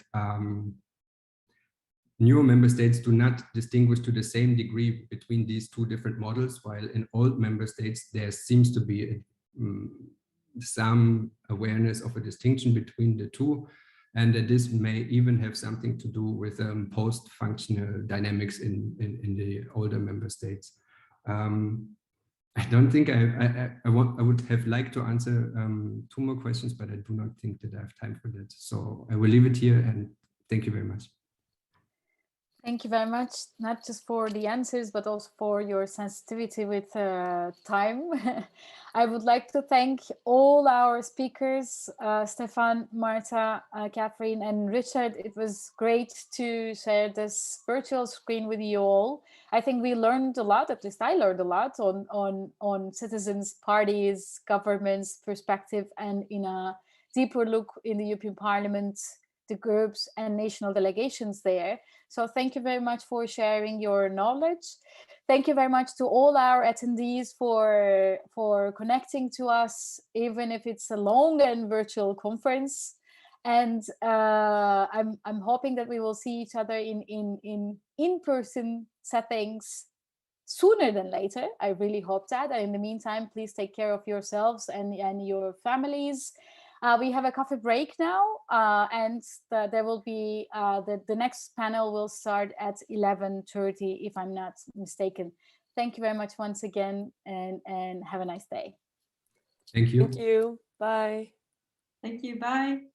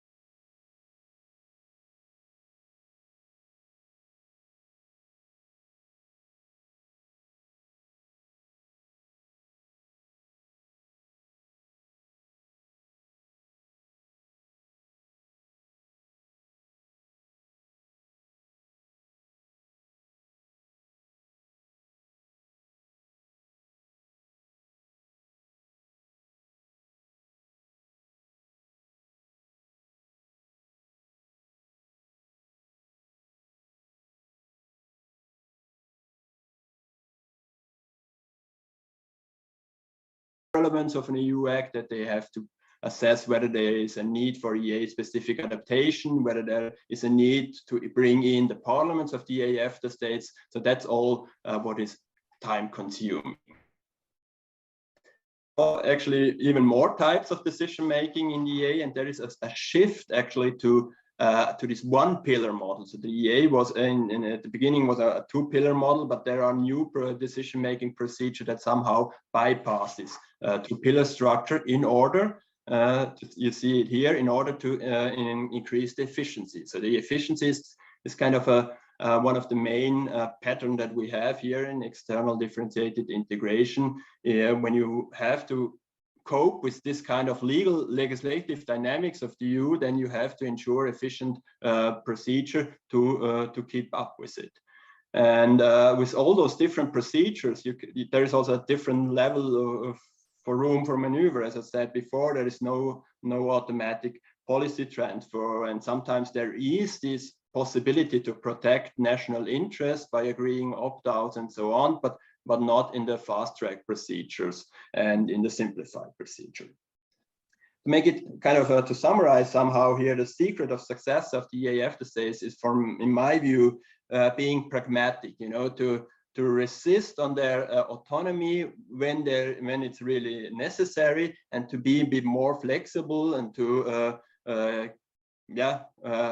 allow kind of an automatic policy transfer where it's not that much important. So in the many technical areas, they are much more flexible, and somehow forego to have this kind of specific decision making. And there is also another message that I would like to propose. It's also, if you have seen this 550 days, in the case of the EA, the integration is always going on. So there is always, at the technical level, there's always integration going on. And that is some kind of a difference to the Swiss EU relation, where there is kind of, when there's a conflict, the conflict blockades everything. And in the case of the EA, the conflict is then focused on this specific issue, whereas the other kind of integration is going on. And this gives also the kind of the EFTA states the possibility to show their engagement and their willingness to integrate. And on the other hand, this is often honored with some kind of flexibility, or at least understanding that it is time consuming to get EU law into the EA agreement. Let's move now to the second topic, and yes, that's the extended dynamics of the EA agreement and of external differentiated integration, and the kind of the beginning of this project. We were thinking about having the idea in mind that Europe as such is a system of differentiated integration, and we wanted to somehow find out where are the differences between internal differentiated integration and external differentiated integration. What you see here is the blue columns are somehow the number of EU directives and regulations adopted per year by the EU. And what you see here, the red line is then the share of EA relevance of those acts, or how many of those acts are EA relevant. And so the share is increasing of EA relevant, but mainly because the total number of EU acts is going down. So this sometimes this slide is somehow misleading and shows that it is very difficult to really calculate the extent of integration of EAFTA states, because the number of EU regulation is mainly decreasing in the common trade policy and other areas which are not EA relevant. So you can see here that overall there's a larger share covered by the EA agreement of the total number of EU law, but you have to be a bit cautious with interpreting this slide. On the other hand, what I would like to see is kind of when you focus on secondary law, you have the entire secondary law. And then on the one hand, you have really this kind of non-integration, but then you have full integration, and then you have some kind of differentiated integration. This is something new, a new kind of approach to different external differentiated integration that we have to consider also differentiated integration within the functional scope of the legal relations between non-member states and EU. So if non-member states decide to opt into the EU, they don't opt in fully in general. So they also agree on specific opt-outs, and here it's important how is this demand and also the supply for this kind of differentiated integration, and especially also how the initial reluctance of the EFTA state affects these relations. Here you can see the example of Iceland. I just took an example. I will publish then the figures, the detailed numbers, and by the end of this year. And what you see here is first message: the main legal integration is based on the EEA agreement. So that's 39%. 3% is based on other agreements like the Schengen agreement. And then you have 39% of full integration by the EEA agreement. And then you have 4% of EU legal acts that are differentiated, where Iceland has a specific opt-out or a full opt-out. And then you have this informal differentiated integration. This means that those EU acts are fully valid for the EU states, but not for the EFTA states, although they are scope of the EEA agreement, and although they are later on incorporated into the EEA agreement. But by the end of 2018, they were not. And this is what, this is the challenge of being, or the necessity of having efficient institutional procedure to lower this 6%. You know, ideally, there should be 0% for that. Yeah, then let me come to the conclusions. And this is, a very textful slide, and we can discuss about that later on. As I said at the beginning, this heterogeneity, homogeneity is crucial for understanding the EA, and in practice, then it's really maintaining autonomy and ensuring efficiency. So that's the challenge. And the higher the integration, the more important, obviously, are efficient procedure, but the institution as such are not a sufficient condition of effective external differentiated integration. Overall, you know, it's also important the capacity that states have and so on. So that's also a reason why this EEA agreement with its institutional complexity would not work for other states, because it's just simply too complex. And yes, but you also see, I would like to highlight that a bit, that the demand for opt-outs is higher for the EFTA states than for the EU, because, you know, there is still this their initial reluctance, which still affects their integration. And also the supply is higher because they are not that much important. So they are not that much in focus. So it's easier for them to get an opt-out within the EEA agreement that EU states would probably not get. And that's particularly the case for small states like Liechtenstein or Iceland. Yeah. Just to finish it, it's kind of this risk of fragmentation that comes with external differentiated integration. It's not that high in the case of the EA, but that's not the result of the EA as such. That's mainly the result of the specific characteristics of the EFTA states, which are actually, you know, rather willing states to integrate, that are also capable states to integrate. And but my research also shows that in the end, there is the possibility to establish homogeneous and dynamic integration with external differentiated integration, but it remains a challenge. And yeah, that's actually all from my side, and I'm looking forward to the discussion. Thank you, Christian. Thank you, all three of you, for very rich presentations. We have some very interesting questions in the chat, and I will get to those, but can I begin with two questions for all of you? One on the definition of external DI. In one of the composite papers from your group, it was defined as basically the various relationships the EU has with neighbouring countries, that there should be a formal agreement, and at least some of the EU's institutions, regulations and policies are adopted or projected externally. On the other hand, Paolo, your definition is the selective extension of the validity of EU legal rules to non-members.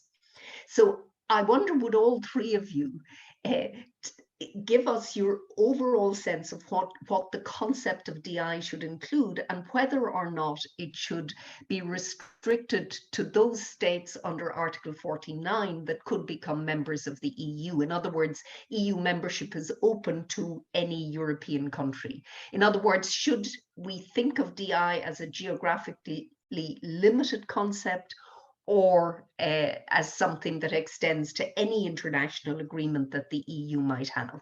So that's just one, just to get some discussion going on the definition. Secondly, on sovereignty, because it strikes me that the sovereignty practice of EU member states is to share and pool.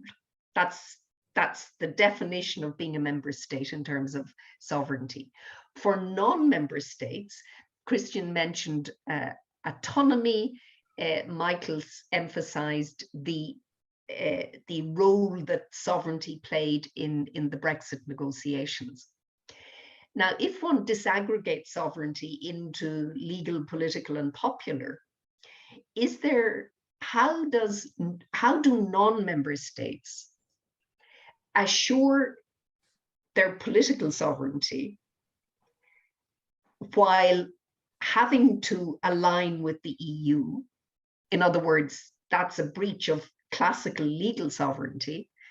And then what does it do for the popular sovereignty of those countries that may become takers rather than necessarily shapers? So in other words, the sovereignty practice that goes hand in hand with being an associated, externally differentiated relationship with the EU. So if we could begin with those two questions or reflections, and then we can I will also refer to the questions in the chat box. So Paolo, do you want to start? Sure. On the first question, it's a very interesting one because I see a lot of uncertainty a little bit in the literature on how exactly, which kind of relationship really can be defined as external differentiation or not. Is it just, as you were saying, neighboring countries of all the countries in the world? Is it any kind of treaty relationship, or is it just treaty relationship reaching a specific threshold? Is it all kind of agreements, or just agreements implying a kind of unilateral alignment with EU rules? So I planned it. I choose usually the broader version, including all kinds of agreements, because of course, due to the already mentioned principles of autonomy of European law and supremacy as well internally, but autonomy mostly, the EU tends to be reluctant to enter into agreement which would somehow deviate from the existing standards and regulation in the European Union. So inevitably, all kinds of treaty relationship which imply a significant level of integration will somehow reflect the existing content of European law. On your second point, how can we ensure the sovereignty for non-member states? This is the main problem normatively of external differentiation, that these countries, the situation has been defined as self-imposed hegemony. Countries become rule taker. They do not participate in shaping rules except in the initial acceptance of the agreement, in the initial formulation and in informal pressures, but still have to implement them in some cases, as Christian was saying, in a kind of semi-dynamic way, where also development of EU law get applied. Of course, Christian correctly points out this theoretical disadvantage of self-imposed hegemony is happily accepted by EEA countries because it still allows them to be part of the single market, but avoid areas which they do not want to be part of. So it's a kind of trade-off between being able to retain sovereignty and autonomy on specific policy area and having to accept what the EU does on what they sign up for. Thank you. Michael? Yes, on your first question about the definition, we try not to get too strict a definition that might hem us in at the beginning and prevented us from exploring things that are interesting. So we're not applying the strict inclusion exclusion criteria that go with a very positivistic notion of what a social science concept means. But in answer to the second part of your first question, these are countries that could join, could be member states. That's geographical, but it's also the European, and that of course is vague. You know, where does Europe stop? but it's as precise as the EU says. These are alternatives to membership. That's the whole point. On sovereignty, this is a very complicated and very complex concept. And I could have written a great deal about it because it's one of the interests of mine. It's interpreted in very different ways. It has a strong normative charge to it. It can be seen as a normative principle. Our legal colleagues actually say very interesting things about sovereignty as a normative principle, whether it could be monist, whether it could be shared, and so on. It's actually the political scientists and not the lawyers who get all very legalistic about sovereignty, because legal thought, legal thinking has gone way ahead on this. So it's not, sovereignty is not just a thing that you have or you don't have. It's not an attribute. It is a set of relationships which are normally constituted in various ways. And so what we're trying to get away from that simplistic notion of what sovereignty is that sometimes comes in the political debate. And then, of course, the issue of policy capacity and autonomy. Well, autonomy is different from formal sovereignty, and policy capacity is different in the sense that sometimes an island is a very good example that in sacrificing policy autonomy, you're actually gaining capacity, gaining policy capacity. So all of these things are played out in different ways. And the thing is very contextual because it means different things in different political cultures. And even in the UK, one of the curious things about the UK is that the vision of sovereignty that has triumphed, that is this notion of absolute parliamentary sovereignty, which then transmuted into popular sovereignty overnight.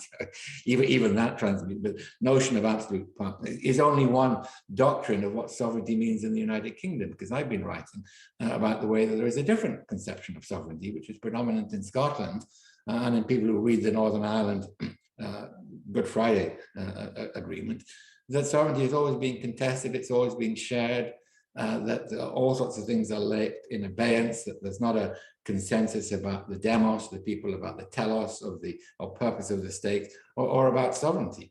In other words, the United Kingdom, according to that interpretation, is a bit like the European Union, where all of these things are up in the air. Let's remember, no European member state has ever admitted that they've lost sovereignty, but in practice they have. It's contested.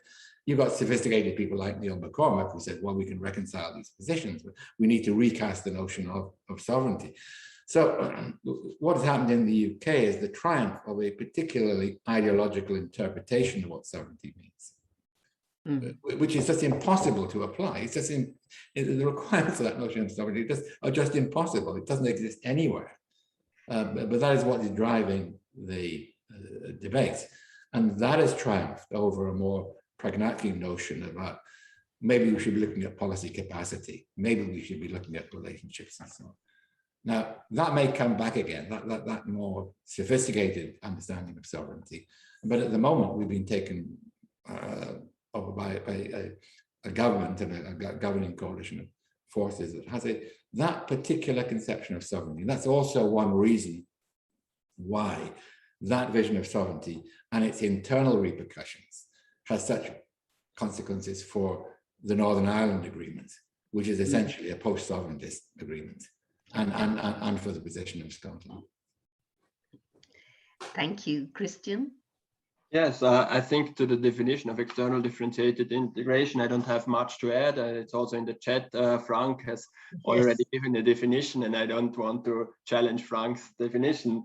Anyway, for me, it's also important that we have keep in mind this kind of at least some level of institutional integration has to come with external differentiated integration. So it's on the one hand this legal cooperation, but also kind of an institutional setting which goes further than just a free trade thing. And for me, also kind of to keep in mind what I've presented before, that even in external differentiated integration, and that's not so black and white. So as in the case of the EAF states, you know, that there is differentiation within the opt-in of the EAF state. So that brings us in a some kind of some difficulties to define those terms, external differentiation and internal differentiation. Well, but I don't want to go too much into detail that. I think I would like to pick up the second question, which is very interesting. And here I really would like to contest the argument a bit, also for discussion,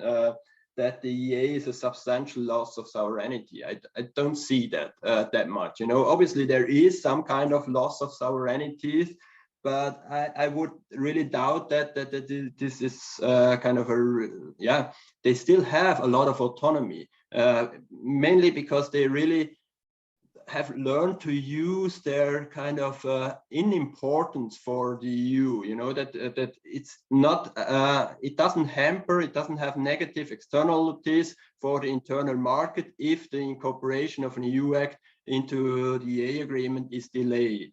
And this delay can be based on the complexity of the EA agreement, but it can also be intentionally delayed. You know, for instance, the food law packet, Iceland has delayed for 10, 20 years. You know, other acts have been delayed for many, many years. And this is kind of, this gives them some kind of sovereignty back or autonomy back. I would like to prefer to use that term. But saying that that they are not just decision takers, I would like to highlight that there are serious democratic deficits relating to the EA agreement. For me, it's mainly this executive dominance, so that there is no parliament involvement and only ex post. And there is also a lack of transparency. There is no clear, there's a continuous spillover, but there's not clearly how far-reaching the integration of the EAF states is actually, and things like that. These are the challenges that we face. And yes, and we also have to keep in mind that the EA covers area where in the EU side is mainly the decisions are taken mainly by by simple majority, and that's why it is also, we have to keep that in mind if we are talking about sovereignty. So even if they would be part of the EU, they don't have a veto power, especially because these are so small states, Norway, Iceland, and Liechtenstein. So we have to keep that a bit in mind when we are talking about the takers and shapers. And my final word, this decision shaping. We shouldn't also, I think this is important for the EFTA states to bring them back some kind of autonomy, but it's also the main purpose of the decision shaping and the involvement of the EFTA states in the EU policy making is really to ensure that the incorporation process is efficient and that they have enough knowledge to ensure a good implementation after the EU Act is incorporated into the EA agreement. So this is not just an idea of sovereignty, this is also kind of making the internal market efficient and effective. Thank you. I'm now going to look to the chat to some of the questions because we've had a lot. So one for Paolo from Jim, asking about Turkey, that has the emphasis on accession and the Turkish accession request. Has that in a way made the relationship more problematic in that it has shifted the focus to an endless debate on accession and not to the sort of pragmatic, concrete terms of cooperation? So that's, then if I go down, there was one to Michael. Do you see a growing estrangement between the EU and UK, or after the initial period of 2, 3, 5 years, a slow rebuilding of the ties in various kinds of opt-ins? And then a question to Christian. Do you see any chance of the UK ever joining the EEA? So I'll take those three and then I move on to the next batch. I see Sandra has a question. So Paolo, do you want to take the one on Turkey? Because I think we haven't mentioned Turkey yet in our discussion. This is clear. I agree that an excessive focus for all countries on accession, of course, makes the agreement of more bespoke, limited and tailored relationship more difficult. But of course, the EU is not just a functional project; it's a political project. So the perspective of an accession or not inevitably influence what the EU is ready to concede to the third countries and what the third countries are looking for in their relationship with the EU. So I agree that probably a less present focus on accession would facilitate the relationship, make it less politically controversial, but I also think that it's to a large extent inevitable that political forces tend to focus a lot on this issue. Thank you. Michael? Yes, this idea of selectively opting in, I think that is quite likely. It seems logical. On the other hand, that depends on these issues being depoliticized. And one thing, to go to the Turkish case there that Malcolm pointed out to us, was that a lot of things in the Turkish case have been politicized. And despite all the political conflict going on, there's still a lot of technical cooperation going on. And this happens in Switzerland and the EEA as well. Problem with the UK is that everything becomes politicized very, very quickly, and everything very, very quickly becomes an obstacle to this rather illusory notion of sovereignty. It can be interpreted that way because sovereignty lends itself to that kind of interpretation. And politically, I mentioned this coalition of social political forces that is the Conservative Party, the so-called Thatcherites and the Red Wallers. The one thing that unites them is opposition to the EU and pushing ahead with Brexit.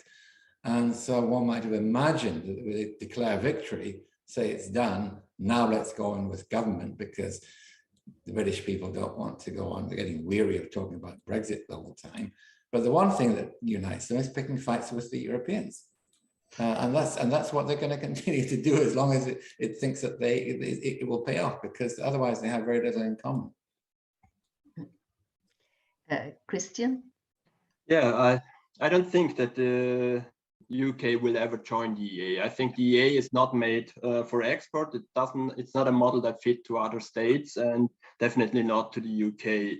I think if the UK would like to participate in the EU internal market, it would do that on a bilateral way and not on the model of the EEA agreement, because the EEA is this multilateral model which forces the EAFTA states or the EEA member states to cooperate and to have to speak with a single voice, and that makes it very complicated. And I would also argue that the EU cannot benefit from the advantages that I have mentioned before, the advantages of the EEA, because it's not a small state like Norway, Iceland, and Liechtenstein. So all that what I have argued before, that the EEA is not such a big loss of sovereignty, I wouldn't say that in the case of UK, because the EU would put much more pressure on the UK as a member of the EAFTA pillar than it puts on Iceland, Liechtenstein, or Norway. And so I think that's completely a different different calculation of what is a loss of sovereignty and not. And there is this possibility, or there might be this possibility to join. We have the Swiss case where you can get access to the internal market in a bilateral way. That was also the idea of this institutional framework agreement between Switzerland and the EU. And now a very interesting question from Sandra Lavenex on the fact that should we think of, because of the diversity of countries and sectors, how far is there scope for a tendency towards sector-based external differentiation? Schengen, the Energy Forum, is that one possibility in terms of external differentiation. So rather than unit country-led, it becomes sectorally driven. And I mean, there is a sectoral dynamic already in these relationships anyway, but could that trump the other, the unit, the geographical basis?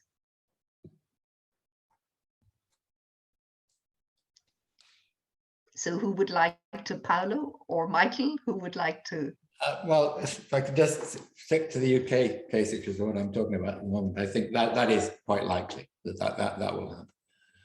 There are some sectors that are maybe less politically sensitive or more politically, more economically important.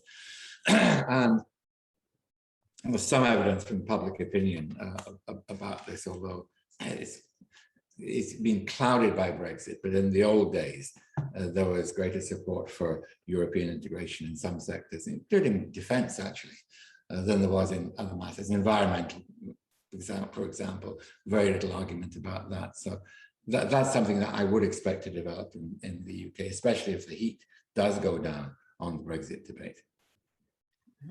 Paolo? It sure makes a lot of sense from a functional point of view, of the mutual interest of both partners. We still have, however, a big obstacle, which is the fact that usually third countries are then not allowed to fully participate with voting rights in the decision of these specific programs, agencies, or areas, unless it's separate organization from the European Union. So we have always this tension between participation in the decision making and just acceptance of EU decisions unilaterally. Christian? I also see this sectoral dynamics, and even in the case of Norway, Iceland, Liechtenstein, which have a kind of a very global, very horizontal approach with the EA agreement, there is this need for sectoral agreements like Schengen and so on. So there is kind of a integration of external differentiated integration of those states is very piecemeal. And but nevertheless, the EA, as I showed before, when we are talking about the rule transfer of secondary law, then the EA agreement is by far the most important for them. And I see also the sectoral dynamics within the EA agreement and also kind of within the integrated area, because this different procedure that I've mentioned before, they really depend on the characteristics of the policy area. So the technical areas, they have another decision-making logic than the others. And yeah, so I think this sectoral dynamics are very important when dealing about, when we are reflecting about external differentiated integration. Thank you. Can I ask all of you a question on whether or not you, based on the research, whether Brexit is a game changer for external differentiation? What do I mean by that? It comes very strongly across from what Christian said, that a lot of the dynamics within the EA are driven by the size of the member of the associated countries, that it is possible to allow Iceland or Liechtenstein opt out in ways that wouldn't be possible for a larger member state. So there's the question of scale, and also, of course, Brexit or the UK is larger and therefore a competitor potentially in a way that small countries weren't. So two questions. One, the role of size in external differentiation, if you would like to reflect on that. And secondly, whether Brexit changes the dynamics or the of external differentiation, not just for the United Kingdom becoming a third country, but for all of the associated states. So who wants to begin? Michael? Yes, I think what you're suggesting is right. That one reason why the Brexit negotiations were so difficult is that the UK is a competitor. It could undermine the single market in the way that small countries can't.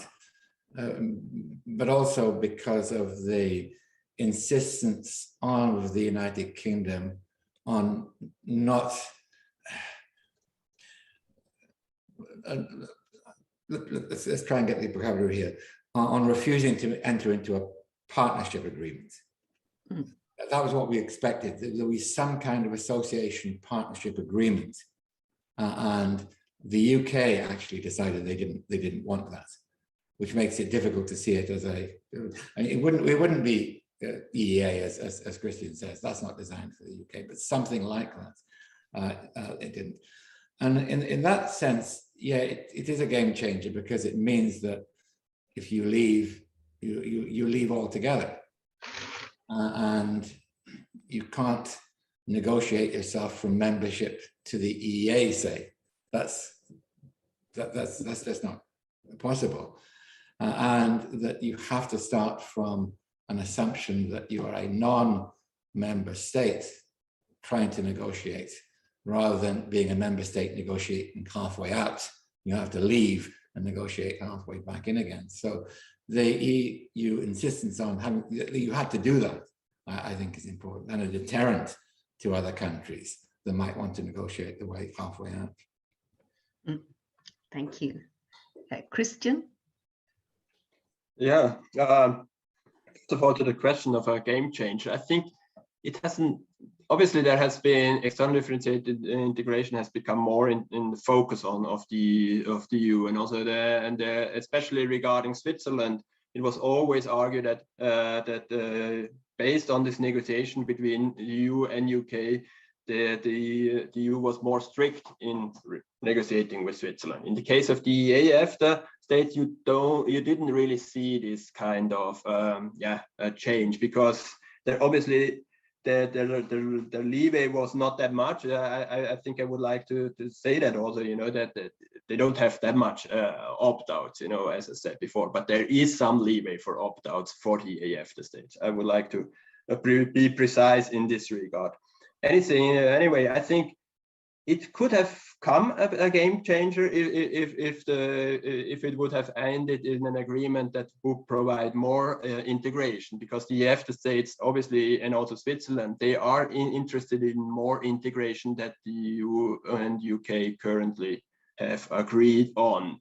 And for me, the real game changer would have been, regarding the EFTA states, would have been the institutional framework agreement between Switzerland and the EU, because this would have really made the kind of the condition of a bilateral way to join or participate in the EU internal market, and for me that would have been a game changer. And because in the EA agreement you really have this kind of multilateral approach with these two pillar structures, with the principle of speaking of one voice of the EFTA states, and this is something different than what would have been on the table with the institutional framework, not to the same extent, but still the idea was in that institutional framework agreement between Switzerland and the EU. And to the role of size, obviously that's clear that size plays an important role. First of all, that if there is something, if Liechtenstein gets this special rule on free movement of person, it does not have negative consequences of the EU internal market as such, because we are just simply too small for that. So there are no negative or limited negative externalities from small states to others. And on the other hand, small states sometimes simply lack the capacity to cope with the legislative dynamics of the EU. This is also the case for Iceland, which is much bigger than Liechtenstein, but still a very small state. And for them, there needs no more need for flexibility. And as you said before, the importance of the political importance and economic importance. So the role of size is definitely important. Thank you, Paolo. But I also see a more rigidity of the EU in dealing with third countries during and after Brexit, and the wish to create a much clearer distinction between what's being a full member of the European Union and the single market, and what's being an external participant in differentiated schemes. At the same time, for most accession countries, this is not really the issue. The main problem is the fact that we are in this situation of enlargement fatigue and strong resistances to their path of accession, and therefore they are forced somehow to evolve and to stay in a situation of external differentiation, whereas their actual first choice will be to have a credible membership path. Thank you. And I now will end with one question of my own, but also for you, if you've been watching the chat, John Eric Fossum analyzes the distinction between the politicization, depoliticization dynamics vis-a-vis the United Kingdom. And it's great to see John Eric join us this morning. He's leading our sister project, and we're working very closely together. In fact, I suspect at the end of all of our 3 big projects, if there is anything else to be done on differentiated integration, then we haven't really done we haven't really worked effectively. But John Eric's question is, how much depoliticization is necessary for effectively operating closely associated non-member state arrangements?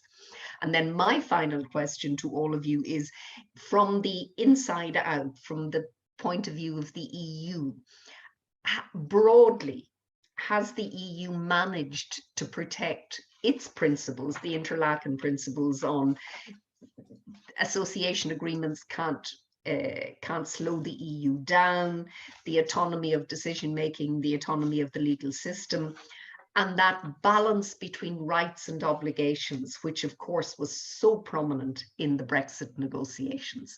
So we'll take you in order of presentation this time. So Paolo, over to you first.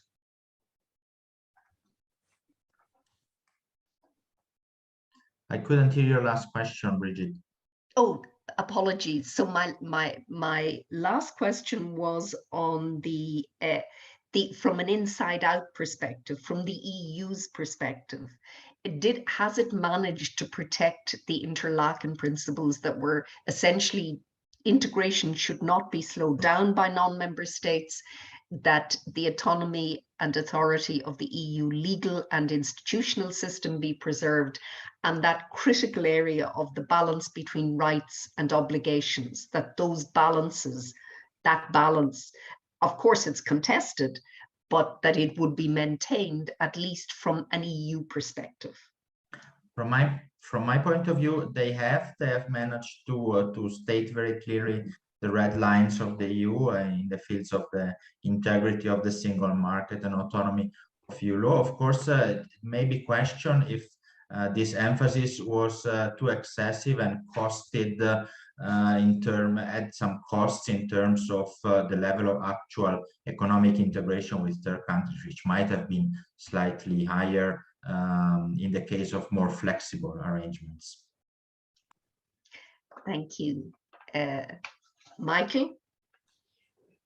Yes, just on John Eric's point, I think that's absolutely right. In fact, I took that point from John Eric himself a while ago, that once you take membership off the table, then it becomes much easier to negotiate about other things and depoliticize them and present them as more technical things.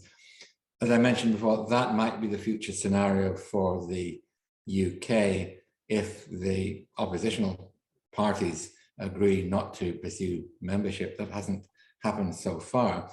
But, and I think this was true to some extent of Sweden, but Brexit has caused a new political cleavage in the United Kingdom because it corresponds with all kinds of other cleavages, and it's become a proxy for all kinds of identitarian and populist issues that go well beyond Europe. And therefore, it's always going to come back again. That has got to be the touchstone in UK politics in a way that it hasn't in the past. So I think it's repeat what I said before, depoliticization is more difficult to think of in the European context. And on Bridget's question, has the EU effectively protected Interlaken? Has it avoided Brexit hampering its own decision-making procedures? That really depends on how much it's actually going to bother negotiating with the UK about things under the CTA, whether this apparatus which exists there and coordinating apparatus, whether they're going to take that seriously and try and accommodate the UK and bring them on board, in which case it will slow them down. Or whether they're just going to say to the UK, look, we're going to make our policies here. If you want to cooperate with us, if you want effectively to opt in, they're not opting in a technical sense, but you want to parallel our policies, then you can do so. So the institutions themselves don't answer that question. It's the politics and the political will that underlies those that will. And whether it's really the same as my answer to the last question, whether they'll stop arguing about Brexit and get on with pragmatic cooperation, or whether everything will continue to be a rehearsal of the Brexit debate, in which case that will slow the Europeans down, and eventually they'll just get fed up of doing it. It will just complicate matters for them unduly. Christian? Yeah, I also agree with Michael and Paolo that the EU could keep their Interlaken principles. Especially, I was surprised how consistent it was really regarding the autonomy of the EU decision making, to protect the autonomy of the EU decision making. So even if the EFTA states are full member of an EU agency, if they contribute financially fully on that, they still don't have this kind of voting rights. And here they have different kind of ways how to define their access to EU policy making, but there is never this voting right on the table.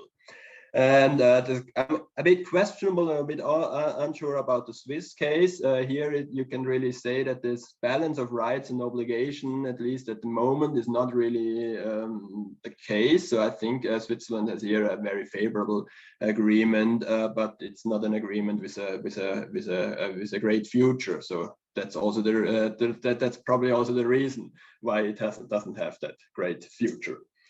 And I think more interesting is also the question of Jon Erik with the depolitization. I think, yes, depolitization is very important for an efficient process of external differentiated integration.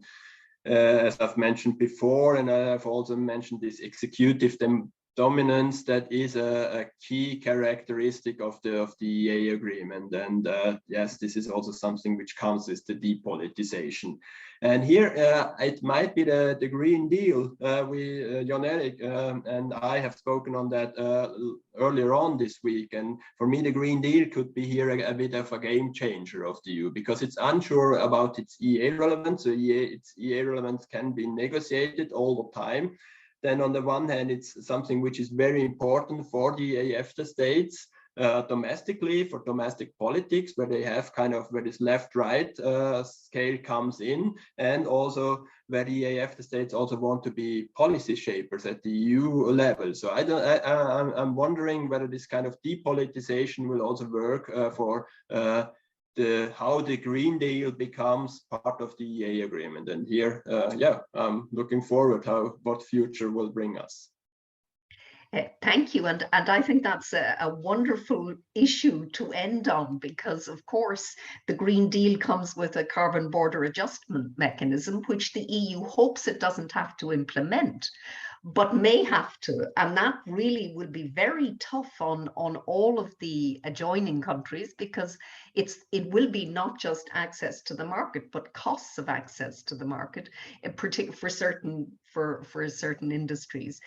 Can I thank all three of you for wonderful presentations and the way in which you engaged with all of the questions, and thank all of you who participated with us and who asked questions.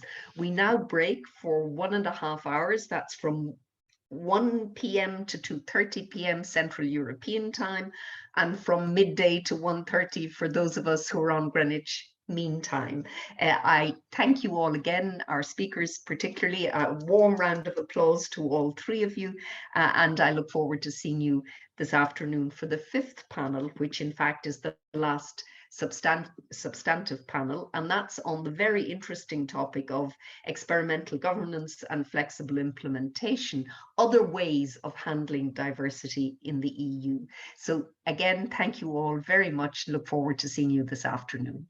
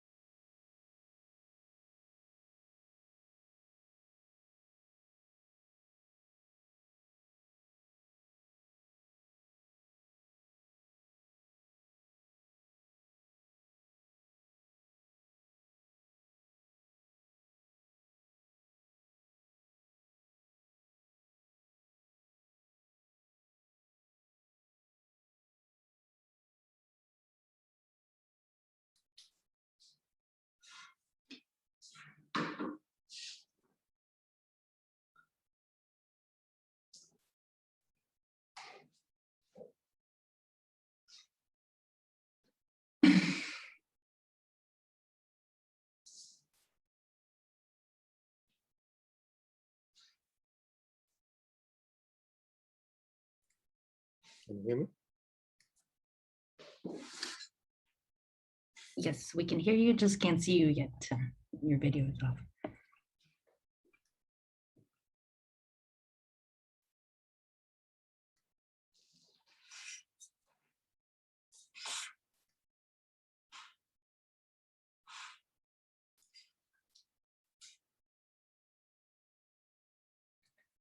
So it's my pleasure to welcome everybody to the last panel before the concluding session.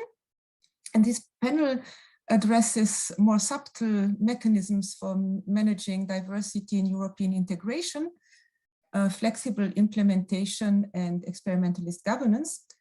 And the overarching question of this panel is, are flexible implementation and experimentalist governance viable alternatives to differentiated integration to manage diversity in the European Union?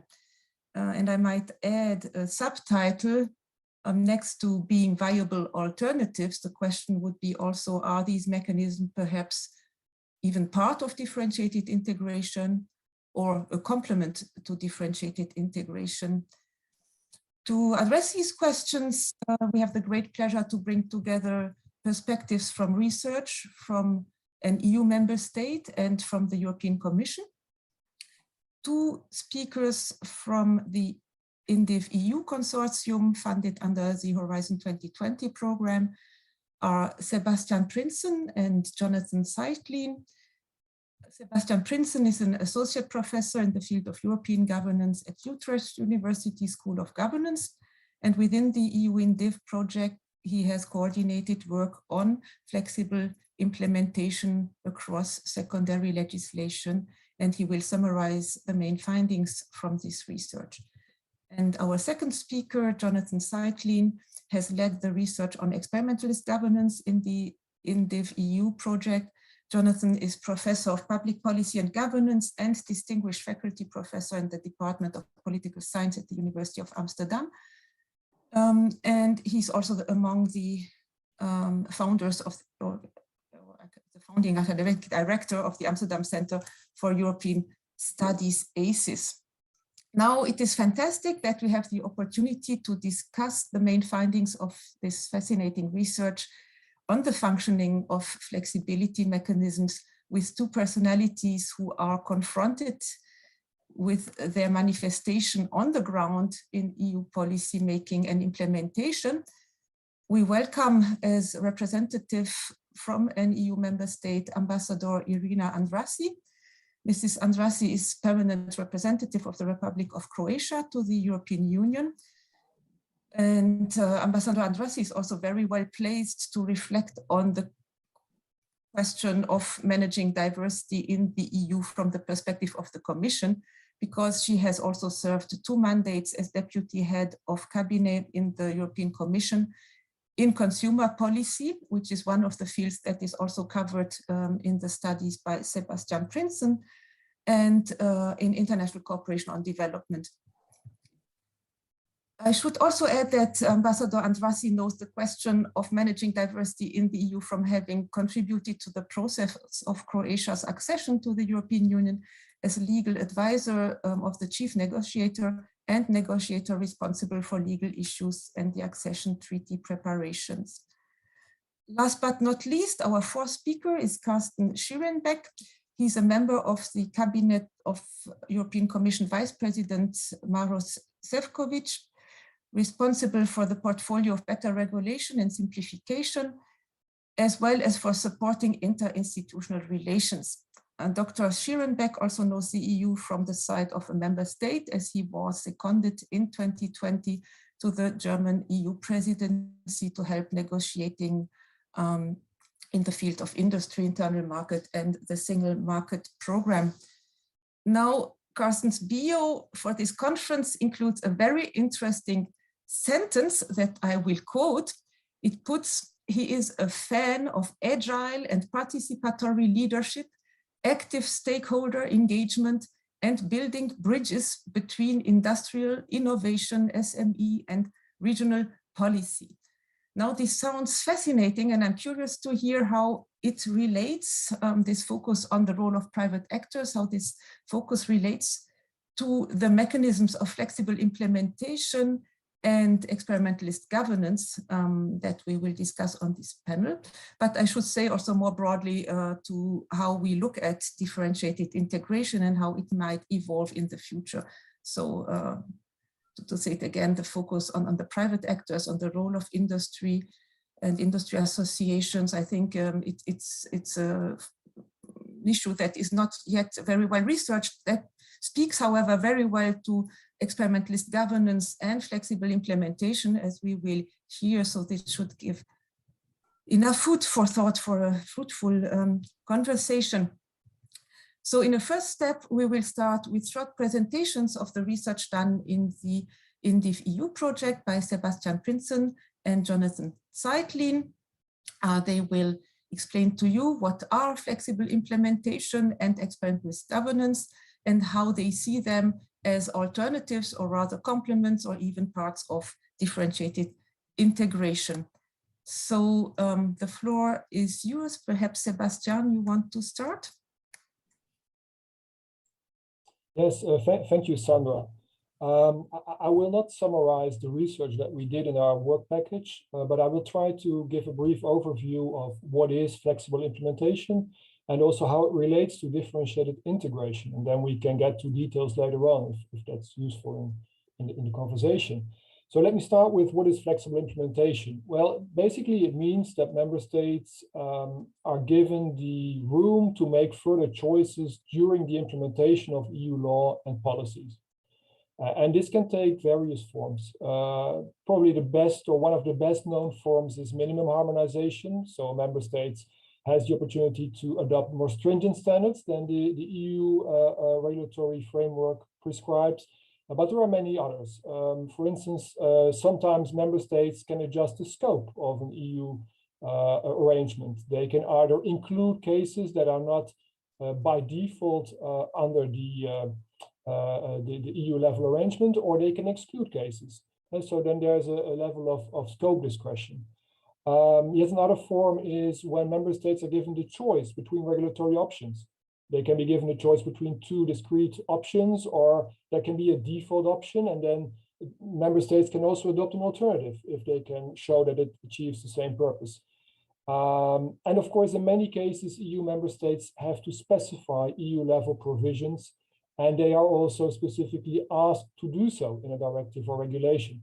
So these are just some examples of forms of flexible implementation that we studied in our work package. And of course, if you have this type of flexibility in EU level arrangements, you will get differences in implementation between member states. It will not be the same in every member state, which leads to forms of differentiation, and which is also the link with the broader topic of this conference and of the entire project. Now, flexible implementation has always been part and parcel of EU law. It's always been there. It's been institutionalized, most clearly in the instrument of directives, which need to be transposed, which are meant to give member states the opportunity to align EU level policies and law with their domestic context. But still, there isn't a lot of explicit attention to flexibility as a way to accommodate heterogeneity in the EU. Insofar as there has been attention to implementation by member states, most of it is focused on compliance, and the question has been how to improve compliance, or from an academic point of view, how to explain differences in compliance records. And on the part of the EU institutions, there has always been a drive towards both reducing non-compliance, but also increasing uniformity in enforcement and application of EU law. And this has been also a theme in a number of recent communications by the Commission. So the focus has been on uniformity based on the idea that diversity also has a number of disadvantages, which obviously it may have. At the same time, it may also offer a number of advantages in the sense that flexibility may allow member states to tailor EU level law and policies to domestic context. And in that way, it may also contribute to more effective policymaking and more legitimate policymaking. And the question that we sought to answer in this part of the project was to what extent, under what conditions, flexible implementation may actually perform that role and may actually be a viable way to deal with heterogeneity. Now, a bit on the relationship with a differentiated integration. To begin with, flexible implementation and differentiated integration address similar concerns. They're both concerned with heterogeneity among member states. And this can play a role in the decision-making stage. When member states cannot agree in the council, both offering opt-outs and offering flexibility may be a way to move ahead. But also from a more, one could say, substantive or inherent perspective, both try to acknowledge the fact that member states have different backgrounds, different conditions, different preferences, and that EU law somehow needs to take that into account. So the underlying concerns are similar in a way, and this is also brought out by the analysis that we did based on a data set of flexibility provisions in directives that we compiled, which we linked with an existing data set on opt-outs and derogations in EU law, so differentiated integration. And what we found is that there is indeed an association between the two. So if a directive has more flexibility provisions, it also tends to have more opt-outs and vice versa.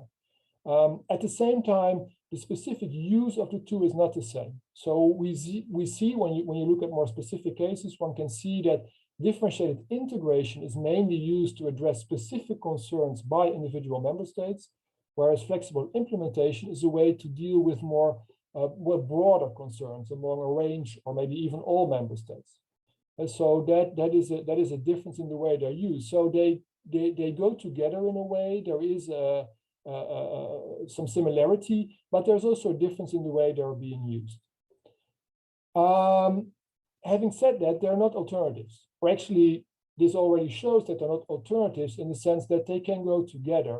And you can see this in many cases. For instance, EMU is a prime example of differentiated integration, where not all member states are involved in the Eurozone, but at the same time, within the Eurozone, there's also quite some flexibility when it comes to the way member states need to deal with a number of requirements, for instance, regarding the budget. So they can go together, and that is an interesting fact because it means that you can also look at different combinations between the two, which allows you to strike very different balances between EU-level cooperation and member state autonomy. In a general sense, what sets flexible implementation apart from differentiated integration is that under flexible implementation, flexibility applies to all member states. So all member states are part of the same EU-level arrangement, but within that, they have room to make their own choices. Whereas under DI, it's all or nothing. You're in or you're out, at least on paper. But you can also combine the two, and in that way, you can address different types of concerns, and you can also look at different ways to balance, on the one hand, the need or desire to work together at the European level, but on the other hand, also the desire to retain a level of autonomy on the part of member states. And I think that's why a flexible implementation is an interesting alternative or other way of differentiating within the EU, which also deserves more specific attention and also more specific consideration in terms of as one of the ways in which we could deal with the diversity that exists among EU member states. And I would like to leave it at this for the moment. Thank you very much, Sebastian. I think we will have the opportunity to talk more about the conditions under which this flexibility has been granted in legislation, and maybe also a little bit about the evolution over time, whether this is something that has become more common across policy areas, or maybe, you know, that there's an evolution within secondary legislation where flexibility becomes more constrained over time when policies are being reformed. I think these would be interesting insights also regarding the long-term contribution of a flexible implementation in combination with differentiated integration, which might be also more long-standing way of managing diversity.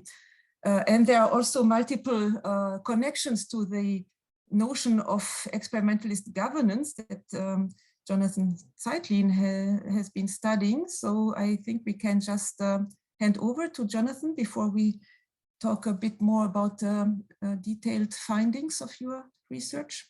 Yeah, thanks very much, Sandra. What I'm going to do is first to tell you a bit about what experimentalist governance is, and I want to say something about what we could call the scope conditions for it and the benefits when those scope conditions are realized. And finally, I want to say something about the relationship to differentiated integration in terms of alternative and complementarity. And I want to save discussion of empirical findings of the research done in our work package for the second intervention. So let me say that experimentalist governance is a recursive process of provisional goal setting and revision based on learning from comparative review of implementation experience in different local contexts. In its classic form, experimentalism involves a multi-level governance architecture whose 4 functional elements are linked in an iterative cycle.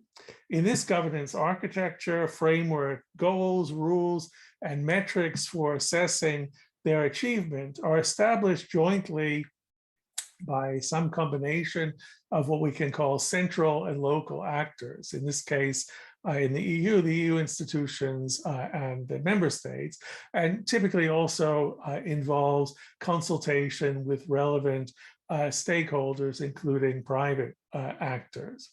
And then the local or lower level units like national administrations and regulatory authorities are given substantial discretion to pursue these goals in ways adapted to their local context. But in return for this autonomy, they must report regularly on their performance and participate in a peer review in which their results are compared to those of others, following different means towards the same ends. Where lower level units are not making good progress, they're expected to take corrective measures based on a plausible plan for improvement informed by the experience of their peers. The goals, rules, metrics, and decision-making procedures are then periodically revised in response to the problems and possibilities revealed by the review process, and then this cycle repeats. Often, it should be emphasized, these architectures are underpinned by what we call penalty defaults. These are mechanisms that induce reluctant parties to cooperate in framework rulemaking and respect its outcomes while stimulating them to propose plausible and superior alternatives. And they do this typically by threatening to reduce the actors' control over their own fate. In the EU, such penalty defaults frequently involve court judgments or commission decisions or threats of such decisions, and these oblige member states and also sometimes private actors to explore how to pursue their preferred goals in ways compatible with European law, but without hierarchically imposing specific solutions. Now to say something about the scope conditions. So experimentalist governance in this form depends on several scope conditions. The first is strategic uncertainty. This means that policymakers, policy actors can't define their precise goals or how best to achieve them in advance, but they must instead discover both in the course of problem solving. And this because they're operating in a turbulent, rapidly changing environment. A second scope condition is a polyarchic or multipolar distribution of power in which no single dominant actor is able to impose their own preferred solution without taking into account the views of others. A third scope condition is a high level of diversity, which increases the difficulty of adopting and enforcing uniform rules. And a final condition concerns interdependence. This must be sufficient to motivate actors to collaborate in seeking joint solutions to common problems, but it must not be so high as to preclude decentralized experimentation by local units. Now, where these scope conditions are met, experimentalist governance architectures arguably have 4 fundamental advantages, and this relative both to conventional uniform regulation and to differentiated integration. First, they accommodate diversity by adapting common goals and rules to varied local contexts, rather than seeking to impose one-size-fits-all solutions or dividing member states into separate groups of ins and outs. Secondly, experimentalist governance provides a mechanism for coordinated learning from local experimentation through disciplined comparison of different approaches to advancing the same general goals. And this learning mechanism can then be used dynamically to generate new policy solutions and regulatory frameworks which may be applied in contextually specific ways across the Union as a whole. A third benefit is the same processes of mutual monitoring, peer review, and joint evaluation that support learning from diverse experience also provide dynamic, non-hierarchical mechanisms for holding both central and lower level actors accountable for their actions in pursuit of agreed goals. And finally, because both the goals themselves and the means for achieving them are explicitly conceived as provisional and subject to revision in light of experience, problems identified in one phase of implementation can be corrected in the next iteration. Let me conclude now by talking about the relationship of experimentalist governance to differentiated integration. Is it a complement or an alternative, or maybe both? So the first thing we can say is that enduring, non-temporary differentiated integration is a pretty blunt instrument in which the key policy choice must be reducible to a binary option that member states can choose to embrace or reject. DI in this form can help to unblock impasses in European integration by allowing member states who wish to move ahead in a given policy area to do so in the face of opposition from others. And that is something I think we have heard in other panels in this conference. But differentiated integration in itself does nothing to address the very substantial challenges of accommodating diversity among participating countries. And for this, experimentalist governance, or indeed other forms of flexible integration and implementation, are instead crucial. And so a conclusion that I'll come back to later on is that this suggests that experimentalist governance and differentiated integration may well be complementary, but asymmetrically so, in the sense that differentiated integration depends on experimentalism to accommodate diversity within and across separate groups of member states, but not vice versa. You can have experimentalist governance without differentiated integration. So I will stop here, and I'll give you some empirical findings in my next intervention. Thank you very much, Jonathan. This is an intriguing statement that differentiated integration depends on experimentalism, but experimentalism can function without differentiated integration. And this establishes the link to differentiated integration very well. So I understand your analysis of the relationship between experimentalism and differentiated integration as a way to say that it's a more subtle way to manage diversity. But at the same time, if integration goes into the direction of differentiation, then it has to go along also with these mechanisms of experimentalism. We did not touch too much on empirical examples in this first introduction, but perhaps this is actually good, because then our experts from the member states and from the European Commission can have a first reaction regardless of concrete manifestations of these subtle modes of governance. So I would like to hand over immediately to Ambassador Andrassy and then Mr. Schierenbeck to tell us where you see the most viable ways to deal with diversity in the European Union, where you see the role of these flexibility mechanisms in implementation, but also in experimenting during the policy making and implementation process, and the connection to differentiated integration. So perhaps Ambassador Andrassy, would you like to go next?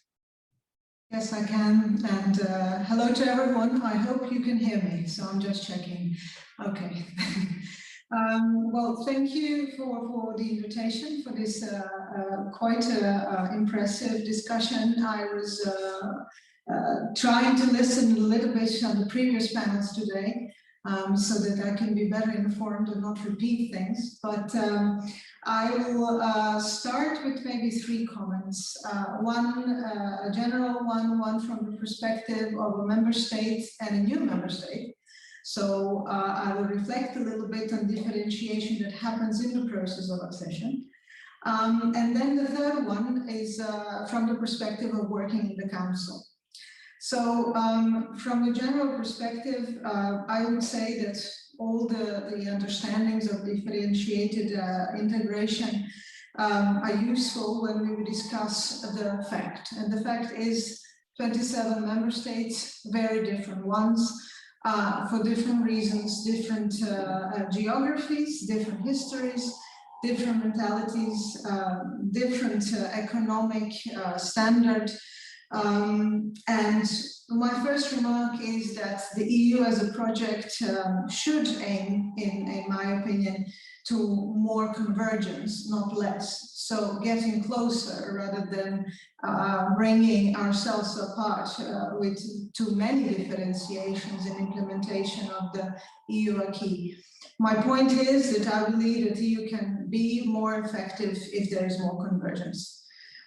Divisions are sometimes more visible, especially in the public sphere, but mostly we do arrive at a decision at the EU level with interinstitutional cooperation, intersectorial cooperation, with negotiations among the institutions, but more often than not, we do arrive at the decision. And together, then we are more effective as European Union. The second comment is about differentiation that happens actually already in the pre-accession phase. When you negotiate membership, especially in the latest rounds, I believe, we were the only ones, I mean, we were alone, but also the groups before us, you begin to understand the differentiation and how different you are and how far apart or not you are from the standards that you have to apply as a member. So when negotiation happens, actually it's not about negotiating, it's about reaching the standards and maybe perhaps ask for more time to implement when you are a member certain parts of the acquis. But also the fact is that in the latest negotiations, opt-outs or choosing not to be part of certain area of the EU cooperation was not an option, more or less not an option. Where differentiation happens was there where more preparation or some conditions are necessary, like Euro or Schengen, that you are obliged to implement at a certain moment, but you are differentiated by the fact that actually from the date of accession, even if you want to, you are not in the same group or you do not apply the whole acquis. But also the differentiation happens from the other side. The EU can request as well some transitional periods, like for us, it was the most commonly known and visible in public was the free movement. There was a measure that was applied for 7 years where there were restrictions in free movement of the citizens from a new member state to another. So I would say this was also kind of an element that made us different from the other side of the coin, and not because we couldn't apply or participate in the free movement, or the figures were not showing that, you know, there was an overflow of workers, for instance, in our case, but still you were differentiated. That said, as you enter into the EU, you try, and at least for my country, we tried always to become the part of the inner circle.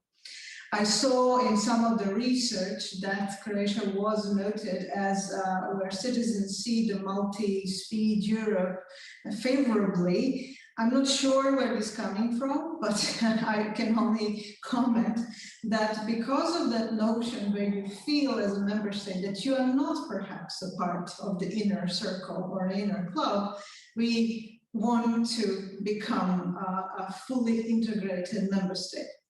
Hopefully next year or 23, for both of the cases that I just mentioned, we make all the effort. And in the public sphere, there are issues of sharing sovereignty or giving up, or, you know, but there is also the kind of a feeling that is that the citizens want the same opportunities as any other citizens. So I would say that the discussions on sovereignty in theoretical terms, whatever, you know, these days, what sharing of sovereignty is completely different, perhaps, notion that it used to be, at least for a smaller member state. I think that this perception of having all the opportunities is winning. So I would say, in commenting how we work in the Council, especially from the perspective of a smaller member state, there are mechanisms that always are useful when we try to make decisions. I would say that smaller member states always are more inclined to be collaborative than bigger ones, because of the especially when there's QMV. But I mean, we try to arrive also a lot to a consensus, which means that we really do look and try to reach it to arrive to more convergence. So the first inclination is always that. Of course, there are issues where we cannot arrive at the consensus, but I think I would always claim that it's better, even if it's a decision where there is maybe a lower common denominator, that decision is better than a blockade or a block decision. But okay, that depends on a case by case. But what colleagues have mentioned and the previous speakers have noticed in the research is very interesting on the peer pressure element. So I would say that if we are commenting on flexibility and how the decisions are made, specifically in the Council, I would say that kind of peer pressure works. And maybe it's a more flexible mechanism, but I think it's a preferable one than to the fines, the infringements, the court cases, and any other elements that are more stringent than arriving at a solution that can be something that everybody can live with. So that said, I will stop here, maybe comment later on some questions. But I think that my main argument is that EU, especially in the crisis situation, is much better if it tries to bring everybody together. Yes, thank you very much. And this is actually not necessarily attention to the approaches that Jonathan and Sebastian are putting forward. The flexibility in implementation and the experimentalist governance are both ways to actually arrive at a common rule, but that is applied differently according to local needs. So I think we can then go a bit into empirical case studies to develop this tension and compatibility between diversity on the one hand and uniform commitment on the other hand in more detail. I would first invite Mr. Schürenbeck to react to these topics of differentiated integration, flexible implementation, and experimentalism, especially also with regard to your own portfolio and the quote I cited from your bio with regard to the engagement with stakeholders and private actors. Okay, I'll come to this, but let me maybe first make also a comment where I support also what Ambassador Andrade has said. I think in a way convergent is always a preferred option, because we need to also understand that the more we differentiate, of course, the more we have complexity, legal uncertainty, and create a bit administrative burdens for the citizens and businesses that have to deal with the legislation that we put on the table as an offer and that member states also then implement. So of course, let's say having uniform rules is a preference, but of course we understand we are a union of diversity. We're united in diversity, and we need to take account of particularities. And in this way, differentiated integration is a way forward where we see political differences. And so in this way, it's still a way of integrating further. But indeed, the long-term objective should be not to have a two-piecemeal system so that citizens don't know what does apply now for me, because now I live in a different country, there are different rules. And I think this creates too much confusion with what has Brussels decided. And on that point, I'm going further, because I think we need to take care a little bit of how our regulatory system, etc., is being put in place. Because what is very important is that the expectations that citizens and businesses have for EU policy making are sort of living up to what is being decided. And of course, communication is a very important aspect. And one big problem I see there always is, of course, if things don't turn out very well, then Brussels has decided. And if things do very well, then it's quite often the local, regional, or national implementation. And very well. And I think we need to be aware that, in a way, good policy making, good regulation is a shared endeavor, and we need all stakeholders to be part of it. And this leads me to another thing. So, and I think this is not only where we need to take the member states much more on board, but also we need to reach out to the stakeholders on the ground. And we need to find ways much more to get ideas, to get a testing of the stakeholders who are impacted by the laws that we put on the place. And I think there on our side, we also have still work to be done. For instance, if you look at public consultations, you know, sometimes we have too many questions, difficult to understand for citizens. And I think there is scope for improvement. But I think we also need, let's say, ahead of the decision making by the co-legislators and ahead of proposals being put forward by the Commission, we also need to explore a little bit more and involve citizens at an early stage. And you quoted a little bit from my little bio, the statement. I mean, I have quite a bit of experience of policy making, maybe at a lower level as a policymaker in a program area. And I find it's very important at an early stage to get into discussions with those that are affected by the policies, to test ideas, to get their reaction in order then to put something in place. And there we need to also use the new instruments that we have. I mean, for instance, in the better regulation sphere, we have published a communication this year, new guidelines, and a whole new toolbox that may allow us also to look at different and difficult issues. Take the examples of artificial intelligence. I think a lot of citizens are afraid of, you know, being put aside by the whole digital transformation. And, you know, we need to find ways to have a human-centered approach there. And that's why there's also a particular, I think it's toolbox number 67, that deals with artificial intelligence, so that we also test basically new legislation upon this. So I think there's a lot of work to be done. And I think we should also explore more different ways, whether this is regulatory sandboxes, whether this is the use of participatory budgets. So why not, if you want to empower citizens to come forward with ideas, why don't you always give them a little budgetary envelope to test ideas themselves, and then to see what's coming out of this and compare this with the traditional approaches that are being applied. So I think we need to much more comparative, innovative approaches and see what works, in order also to improve the ways how we put in place different initiatives at EU level. Thanks, that's for me for my first one.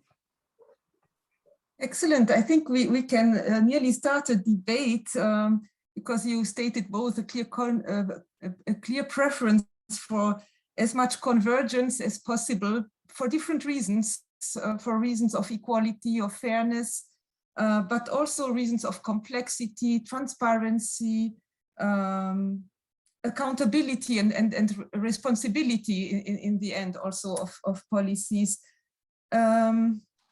So I would like to give back to Sebastian and Jonathan to tell us a bit more about the cases that they analyzed, the policy areas they looked into, and how they see this tension between allowing for this flexibility on the one hand, and also this bit open-ended experimentalist approach that Jonathan sees as particularly beneficial.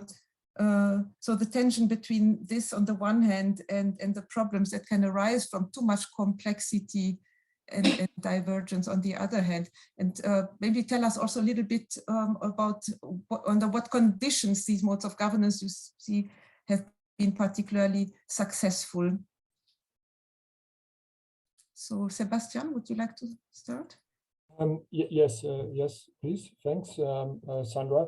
And also thanks for the other panelists for their contributions. I think indeed we have a number of important things to discuss.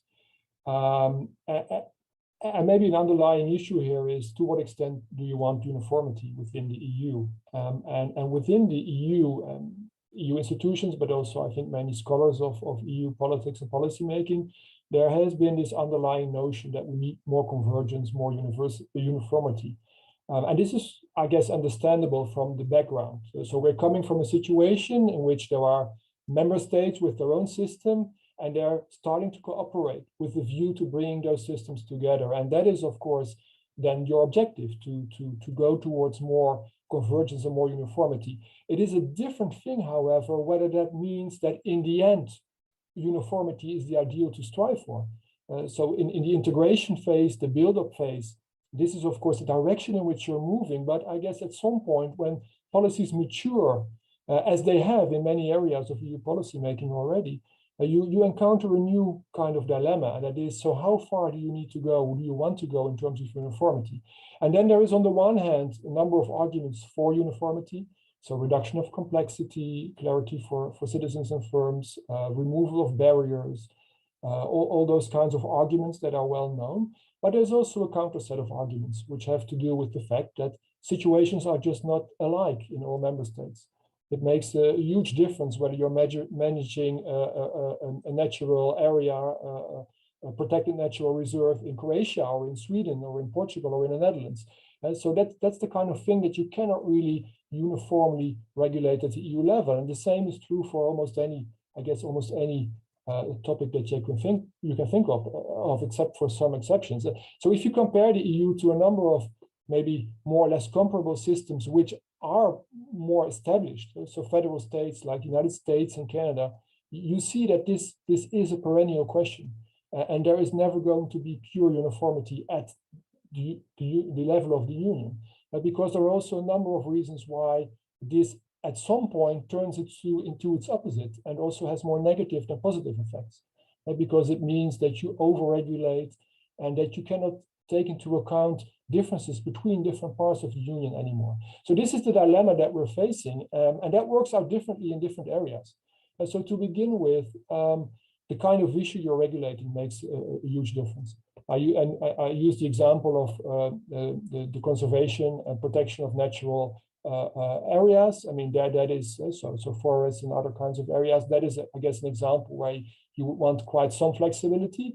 But on the other hand, if it's, for instance, about the acceptance and authorization of medicines, that's probably an area where you would like a lot of uniformity, because that's something that is not really that different between member states. You want the medicines to be safe. And so it makes a difference what kind of issue you're looking at. At the same time, and now I'm moving to some examples from what we studied, there's also this development over time. So what we saw, for instance, in the case of the Energy Efficiency Directive, one of the cases that we studied, is that there is a succession of directives and other initiatives starting in the late 80s, early 90s, and going on until now. And you see a successive strengthening of the EU regulatory framework. So the specific directive that we studied, the 2012 Energy Efficiency Directive, offers quite a lot of flexibility to member states, but it was already one step further than the directive that preceded it. And the 2018 package that succeeded it already strengthened it at a number of points. So there you see this move in the integration phase towards greater convergence and greater uniformity. While at the same time, I think there's a number of reasons why it is not likely that there will be pure uniformity at the end, and it's probably not even desirable to have pure uniformity at the end, because situations differ between member states. And for instance, if you look at the energy efficiency of buildings, it makes an enormous difference what kind of buildings there are in a member state. It makes a difference what kind of climate there is.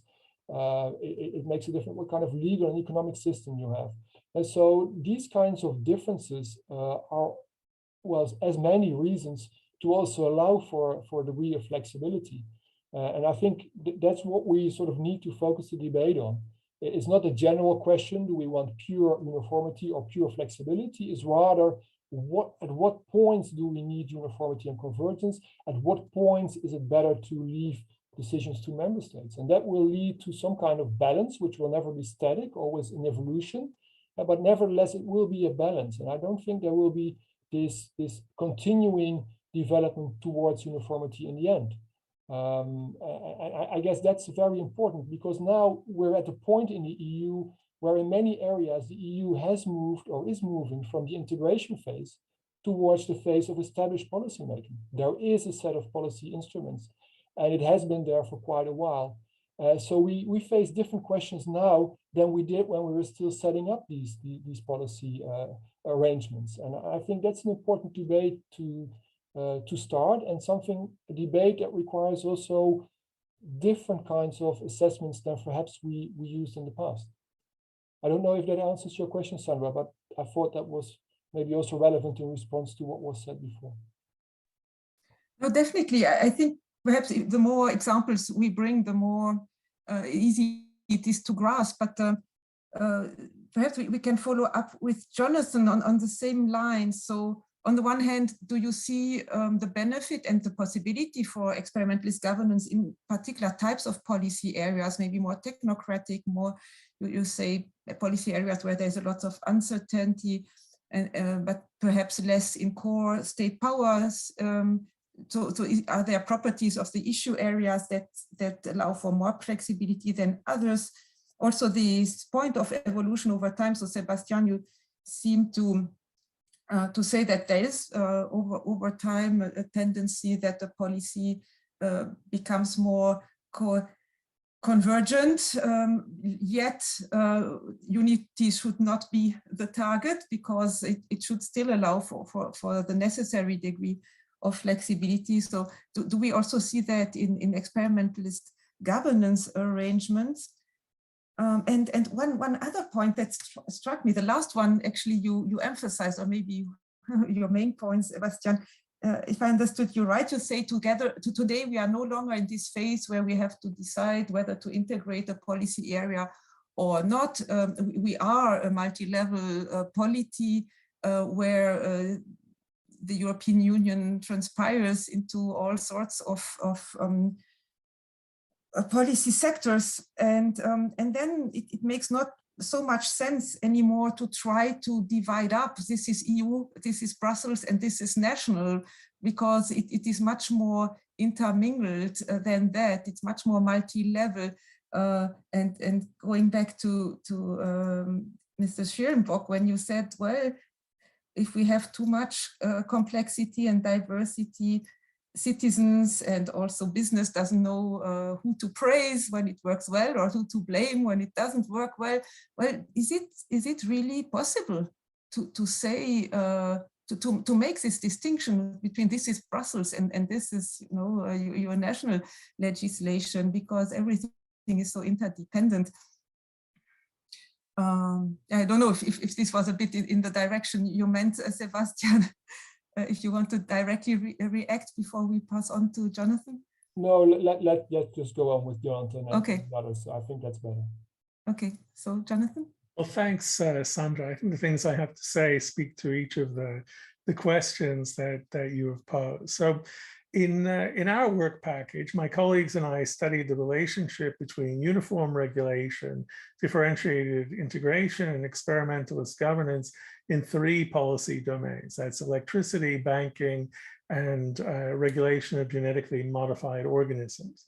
Now, in each of these domains, the dilemma of how to accommodate national diversity in EU policymaking has arisen prominently. They're each characterized by high levels of strategic uncertainty associated with rapidly changing markets and technologies. Each of these domains belongs to the internal market, and their interdependence and the resulting demand for uniform rules is strong. So we have to acknowledge that. But each is likewise politically salient and controversial to varying degrees across member states. So while they have a technical dimension, I would not say that they're technocratic in the sense that citizens don't follow or care about them. So in this very brief intervention, I want to concentrate on our comparative findings on electricity and banking regulation. If people are interested, I can also say something in a subsequent discussion about the GMO case, which is both important and quite distinctive. So the most important empirical findings of our research are the following. First, obviously, EU electricity and banking regulation diverge on one key point. In electricity, EU-wide policies and rules apply equally to all member states. In banking, by contrast, supervision of Eurozone credit institutions has been integrated into a single authority under the aegis of the European Central Bank. This is nested, however, within EU-wide financial regulation, and other member states may participate in the single supervisory mechanism and banking union, but they're not obliged to do so. Croatia has just joined the closer cooperation process with the SSM as part of its preparations to join the euro. But beyond this crucial difference, I would say the trajectory of EU regulatory governance is similar across the 2 sectors. In both, integrated rules and methodologies for their application have become progressively more uniform and detailed, but they still always leave room for local adaptation and contextualization. In both cases, moreover, common policies, rules, and methods are not centrally designed and hierarchically imposed, let's say, by the EU institutions, as in conventional uniform regulation. Instead, they're developed collaboratively by what we can call polyarchic networks of EU and national officials. And in both domains, finally, these increasingly uniform policies, rules, and methods have actually been developed through experimentalist comparison of different national and regional approaches, and they're regularly updated and revised through joint review of implementation in different local contexts. So they're not at all static, but are regularly being revised. And what we think is that these cases show that the conjuncture of high interdependence as part of the single market with high uncertainty may actually result in the emergence of what we can call simplified experimentalist governance architectures, which combine synchronic uniformity with diachronic revisability. So in such architectures, the rules and procedures may be progressively specified and discretion for lower level actors narrowed at any given moment. That's the synchronic side. But both rules and procedures remain contestable in light of local application, while revisions over time based on learning from comparative review of implementation experience provide a crucial source of improvement and adaptability for the governance system as a whole. This is the diachronic dimension.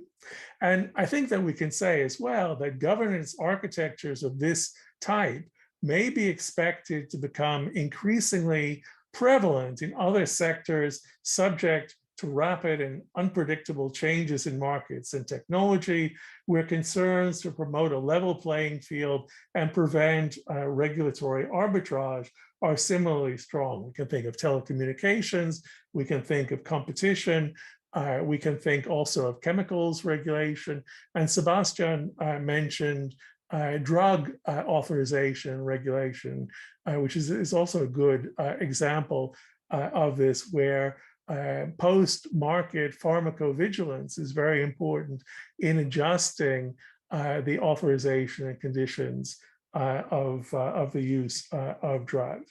So our comparative analysis of these cases suggests a couple of broader lessons for the relationship between uniform regulation, differentiated integration, and experimentalist governance in the EU.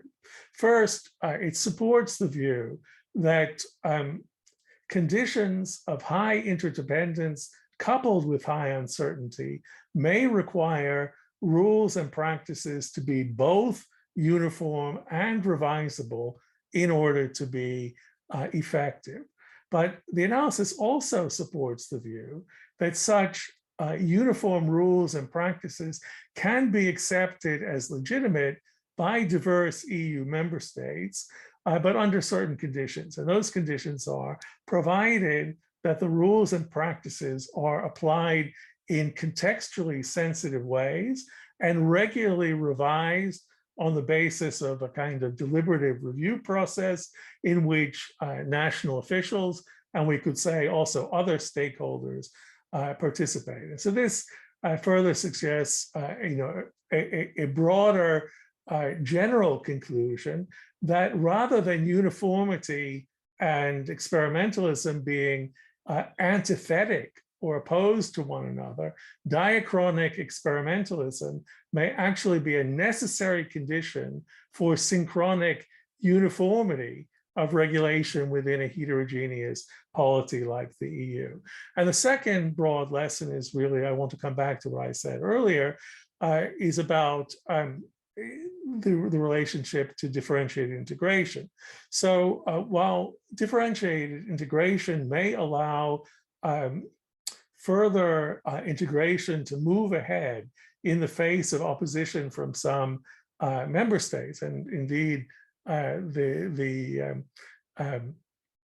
Ambassador Andrassy and Mr. Schierenbeck both emphasize that, and that's of course what we see in banking regulation, but it doesn't do anything to address the still substantial challenges of accommodating diversity among the countries that participate in a differentiated integration scheme. And for this, we need experimentalist practices and other forms of flexibility. And here again, to come back to the higher level of abstraction, I want to reiterate what I said earlier, that for this reason, experimentalist governance and differentiated integration may be complementary, but in an asymmetric way, insofar as differentiated integration still depends on experimentalism to accommodate diversity within, and as in the banking union, across separate groups of member states, but experimentalism does not necessarily require differentiated integration to move ahead. So I'll stop there. Thanks. Thanks a lot. So I will now give back the microphone, so to speak, to Ambassador Andrassy and Mr. Schierenbeck. And I would like to focus a bit the discussion on the institutional and organizational aspect of this notion of process-oriented, ongoing, interactive governance that is behind this label of experimentalism, right? You explained to us now very well, Jonathan, how it works. So it is iterative interaction between EU level and national level regulators and also the relevant stakeholders. And in your work, you highlight very much the role of regulatory agencies, which act as a hub of national regulators for the electricity markets. You highlight the role of the ACER for the banking supervision, the single supervisory mechanism, and the EBA. So my question would be, when we reflect further on the role of these modes of governance in promoting diversity, yet also allowing for further integration, where Mr. Schierenbeck and Ambassador Andrassy see the role of these decentralized secondary structures of the EU administrative space, if we so want,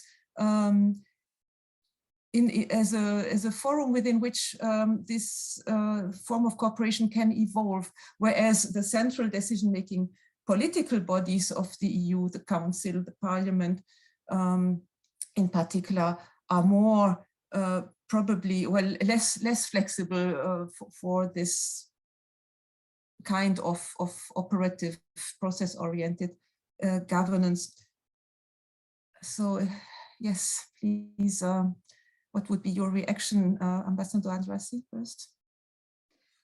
Thank you very much. And my first reaction would be just to compare two different layers, as you now said.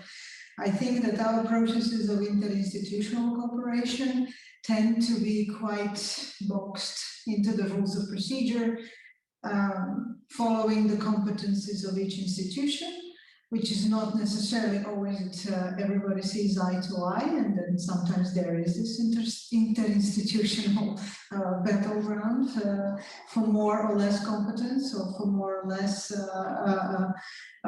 influence. But I think that in the Council, what I said before about everybody trying to be, at least most of the member states trying always to converge, it's not the same as uniformity. It's not, I mean, convergence is not the same as either. I saw on the chat even a question on cohesion. Yes, cohesion, and there is a policy behind it, but that does not necessarily mean more integration in a sense of federalization or things like that. Depends whom you ask. We have this nice now, maybe more informal or more flexible setup of a conference on the future of Europe. So yes, I mean, there are other mechanisms and instruments that try to bring together all different stakeholders to exchange on what kind of future there might be. But I would also say that a normal citizen, a typical regular guy on the street, perhaps would never go into a discussion on very complex notions, mechanisms, or even understand what the decision-making in Brussels is like.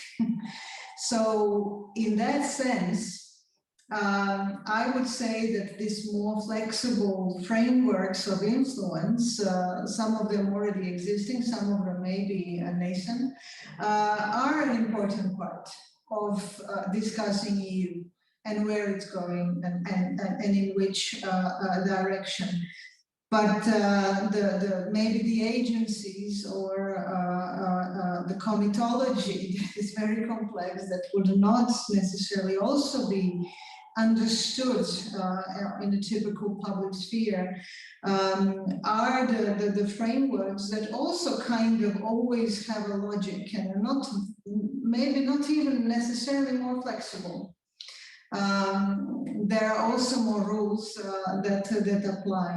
But I would say that the views of getting closer to have a kind of a global picture of the policies on the regulatory forms that we have. Do we have more regulations or more directives? Do we take into account the sensitivities of our specific needs of member states? Yes, I would actually advocate that we do that. But we have to find a way how to still reach decisions and adopt that piece of legislation, regardless of whether it's a regulation or a directive, regardless of whether the member states would then feel that they have to abide or they were overvoted, outvoted, or that something is imposed or not, because typically, we do take this into account as member states, that yes, there are occasions that this happens and that you will not always have everything and all the flexibility that you perhaps need as a member state with very specific situation, I don't know, in energy or in health, or the very good example, I think, is how we managed the COVID crisis. Because we did, in the end, find a way where, in the beginning, some of the member states were yelling, no, we want to handle this at a national level, this is a national competence. Then, in some middle of the crisis, there was a kind of a very express need of more Europe. Now we are maybe in the third phase where there is this balance in between what the coordination is at the EU level and what's happening on the ground in the member states and how this works. And there is an element of a more flexible, let's say, cooperation and coordination among the member states without very specific mechanism. I don't know whether it's an experimental, flexible integration, but sometimes it does look like that. Because we are exploring new situations, new ways of cooperating, but still with the understanding that the member states do work together, and with the institutions we arrive at the decisions at the EU level. So I don't know whether this is entirely an answer to the question of how we see it, but I think there is always a combination of different mechanisms, and we don't need to invent some, we have them on the ground every day. Thank you very much. I would like to encourage everybody to put questions in the chat if you like. You may also raise hands and then we can unmute you. Actually, the organizers will be able to unmute you if you prefer. But in the meantime, I think there are no open questions in the chat. Otherwise, please put them again if I overlooked something. In the meantime, I would hand over to Mr. Schierenbeck with the same question after having heard more about the empirical cases, the policy areas where our colleagues have studied these modes of flexible implementation and experimentalist governance, where you see that these modes of flexible policy making work particularly well and may become even more important in the future for European integration, and whether there are some policy areas where you would say no, in no way we should have this enhancement or this encouragement of flexibility. So policy areas where uniformity is particularly important. And coupled with that, also the question about the institutional setup for flexible governance and the role of regulatory agencies, also for the participatory interaction that you promote in your bio with regard to the stakeholders. So please, the floor is yours. Okay, let me start first a little bit to respond also to the examples and what Sebastian and Jonathan has laid out. I think what I retained there very much and I strongly support is, I think the argument what I heard is that one need to distinguish also by the different policy areas. So I think when it comes to an area of where justice is concerned, where there's something, maybe consumer rights, where people expect that they should have the same rights where they are, wherever they are, whatever they do, I think then we need to be a bit more particular. What I also very much liked, I think the examples that Sebastian gave with energy efficiency was, I think, a very powerful one. And it made it also very clear that, okay, as much as Ambassador Andresi and I have argued for maybe sort of a bit more uniform is the ideal. Of course, I fully agree with the argument. We have to see what works in practice. And when it comes to this, we need to take into consideration what are the situations in the different member states. And I think the examples that Sebastian put forward was absolutely putting it right. And I think what we need to have there is a kind of a practicability test. I don't know, will it work in practice if we would have a uniform one? I mean, then there needs to be, and therefore also the exchange with stakeholders, with citizens is absolutely vital. I mean, I think that's very clear. I also like the point that Jonathan very much made, is that I think the revision and reviewing and changing and updating, it must be an absolute vital part of the process, how we proceed. And I think that we shouldn't forget. Now, in terms of the argument that Sebastian brought forward about that we are at a stage already where we have established policymaking, I mean, there I would like to bring also forward his own argument to say that it, again, depends on the policy area. I think in some areas also at EU level, we have long history. I think there may not need to be a lot of change. The expectations don't vary, whereas in other areas, thinking of at the moment the COVID crisis on health, I mean, it depends on, you know, how much competence the member states have and the EU, how is it aligned, and in some areas then the expectations that the citizen have that EU must do something, or Brussels need to do something where there's no competence. That is, of course, always then a problem, and that we need to communicate very clearly also, you know, where the power lies. Now, you brought up, Sandra, the issue also a little bit of how we can make better use of national bodies, decentralized agencies, and I think there should be much more use made of it. The problem is, of course, always not in every member state you have a regulatory body. You know, in some areas only some have. So we need to find, however, ways that we make use of them much more. I mean, let's think also of impact assessment, etc. I mean, the Green Deal, the implementation, you know, the huge discussion about this. And I think we need to build upon the consolidated experience that we have in the member states of different bodies, of different methodologies, of how we assess costs, of, you know, how we calculate, and also the experiences that member states have with their policies, which are at different stages. And I think that combined knowledge we need to use much more. That's why I'm also a strong advocate of you know, some soft tools like peer learning, you know, policy exchanges, because that can of course prepare the policy making in the long run. And I mean, Ambassador Andresi also flagged out sort of a bit the complexity of the policy making. And I think we need to sort of be aware that the process of the decision making is also in such way, I mean, in the member states, we have different experiences. They come with their national view, of course. Then you have those who, the member states representatives that are in Brussels, that have a bit more an eye also for what are the voices from the other member states.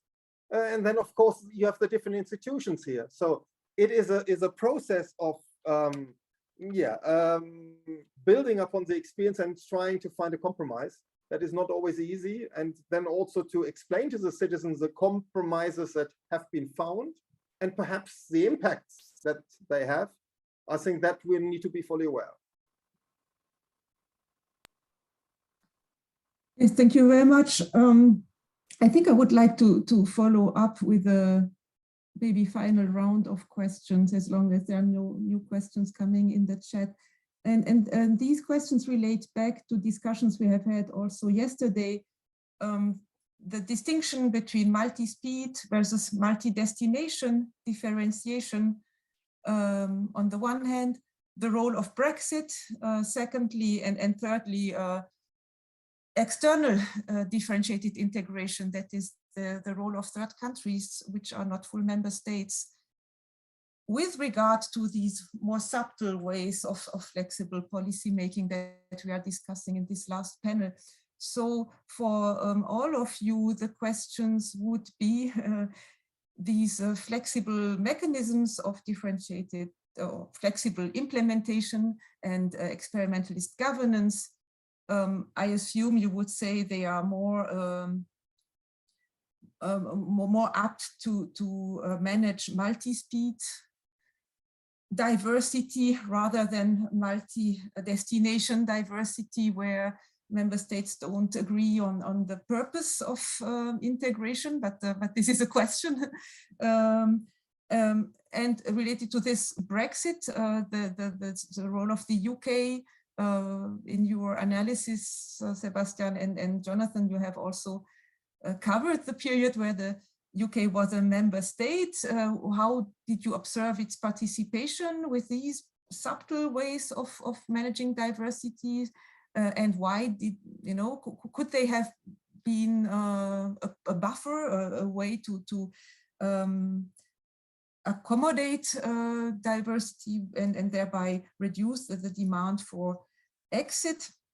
And finally, with regard to associated third countries that participate in several of the policy areas that are studied, where do you see the possibilities to bind them into the shaping of legislation on the one hand for the experimentalist governance and for the differentiated or flexible implementation? How much difference is there between a full member state under a directive that gives a wide scope for the national discretion and associated countries under the EEA in Switzerland, but perhaps also the more advanced ENP partners, apart from, of course, the different mechanisms of supervision and enforceability? Do you think that your mechanisms travel also well for studying the management of diversity with associated non-member states? So, and we can start again with Sebastian. Yes, well, if I listen to your questions and I try to sort of tease out an overarching theme, it's about the bigger political questions. Can you use flexible implementation and experimentalist governance, but that's Jonathan's area. Can you use them also to address these sort of bigger issues of where to go with the EU and to keep member states in? And I think I'm certainly not saying that flexible implementation is sort of a panacea for all. I mean, it's one of the things that you can use to accommodate diversity. But there is also a number of clear limitations to it. And one of the limitations is that I think it probably does not work when more symbolic issues are at stake. So differentiated integration, opt-outs, derogations, they are very visible. A member state says, I'm not in. I don't want to be part of this, which also is a very visible signal towards its citizens. Now, of course, we know from, for instance, the work by Marta Migliorati on Denmark that this in practice can go together with a lot of cooperation on the ground, but still symbolically, politically, it's a clear signal, I don't want to be part of something. And of course, symbolism has its place in politics. It's important, and it's a way also to sort of signal what kind of ideal a government is striving for, at least what kind of final arrangement in terms of the EU. And in that sense, I think flexible implementation is much less suited for that kind of purpose, because it's much more, one could say, technical, detailed, it's probably not very visible to people. So in a sort of in a direct way, it is not going to help governments to persuade people that they should stay in or be part of the EU. I don't think the UK people would have voted differently if they had been given a bit more flexibility in certain directives or regulations. I mean, that's not the way that kind of political debate works. And so I think you have to be careful there. It has its purposes, it has its value, but not so much in settling these fundamental debates about the fidelity or what the EU should be doing. And of course, that is also what, I mean, when we're talking about implementation, at least there is agreement on what we're striving for in broader terms. And then there's flexibility in terms of how you can achieve that and what you can do to achieve that goal. But when there's real fundamental, maybe even ideological disagreement about what the goal should be, then flexible implementation is maybe too subtle, to use your term, to address it. And so I think that's where we also run into the limitation of this specific approach. And that's, well, not an answer to each of your questions specific, but I think it is relevant to each of the questions you raised. And well, maybe also shows that we need other ways to deal with those kinds of processes. Thanks. Jonathan, how do you see the questions? Thanks very much. I'll try to touch briefly on each of your questions. The third one is the one I find the most interesting. Multi-speed versus multi-destination. I mean, you know, my own view is that, and I think this is what's borne out by the research that Frank Schimmelpfennig and others have done, is that most differentiated integration in the EU is temporary. It is multi-speed in character. And I don't think experimentalism plays much of a role there, except in terms of perhaps assessing when member states have met the conditions in question. Where the interface is more important is, as I suggested, in how to manage continuing diversity within groups of